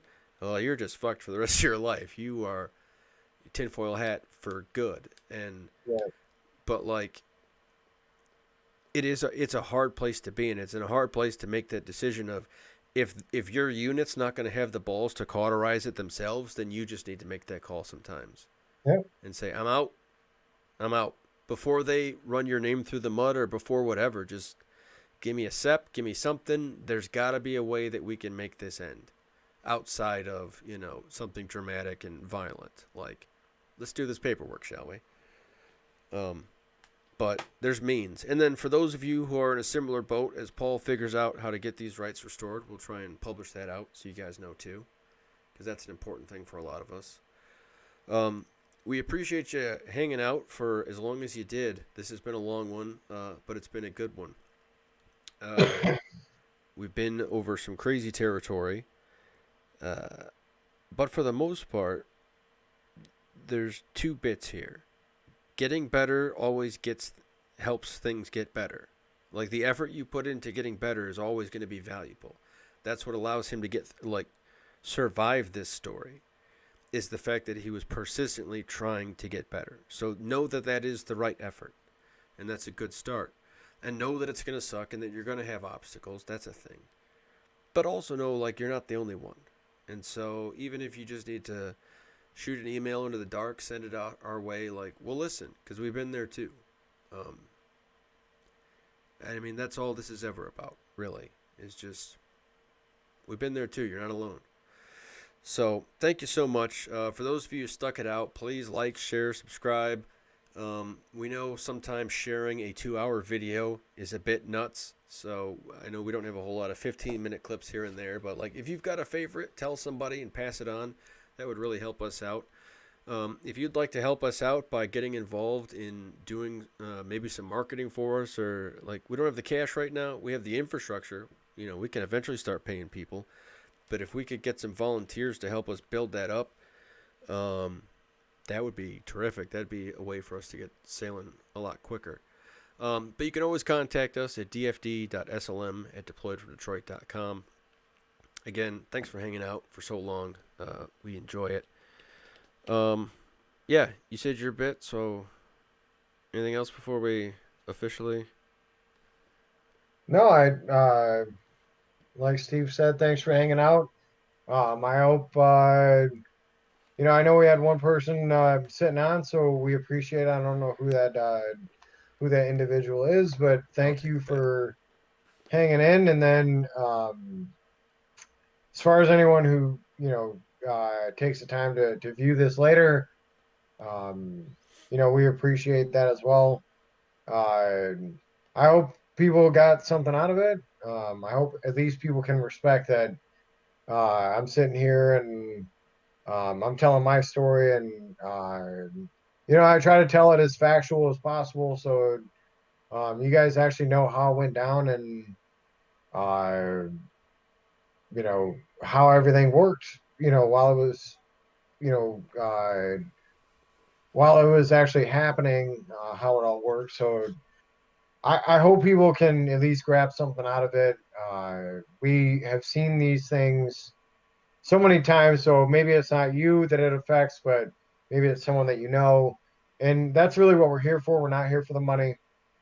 We're here to help people. So if you volunteer, you're volunteering to help a purpose that's here to help, other people.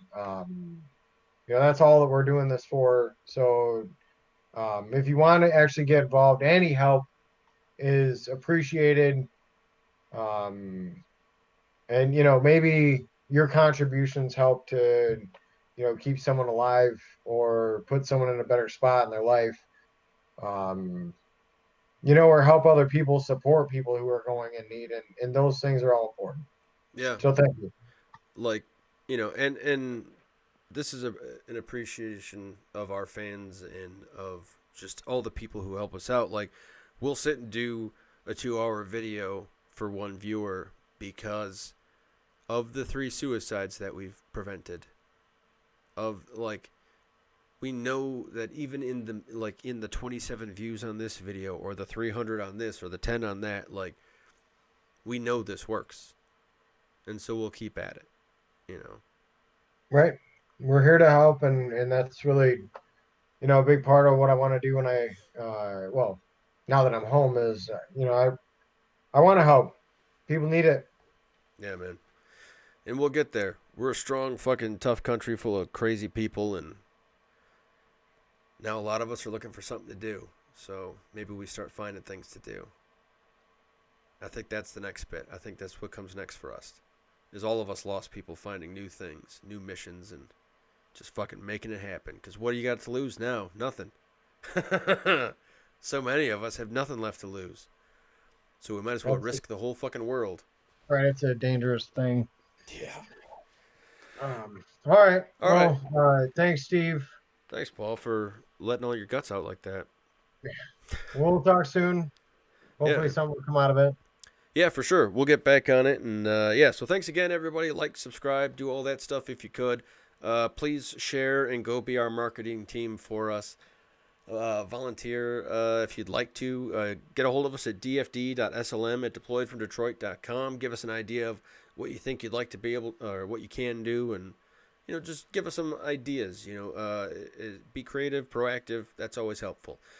But any more, and I'll just keep rambling because that's part of my mental illness. So thanks for watching. Two crazy people talk about being crazy. We love the fuck out of you, all right? So go do some warrior stuff. Bye-bye.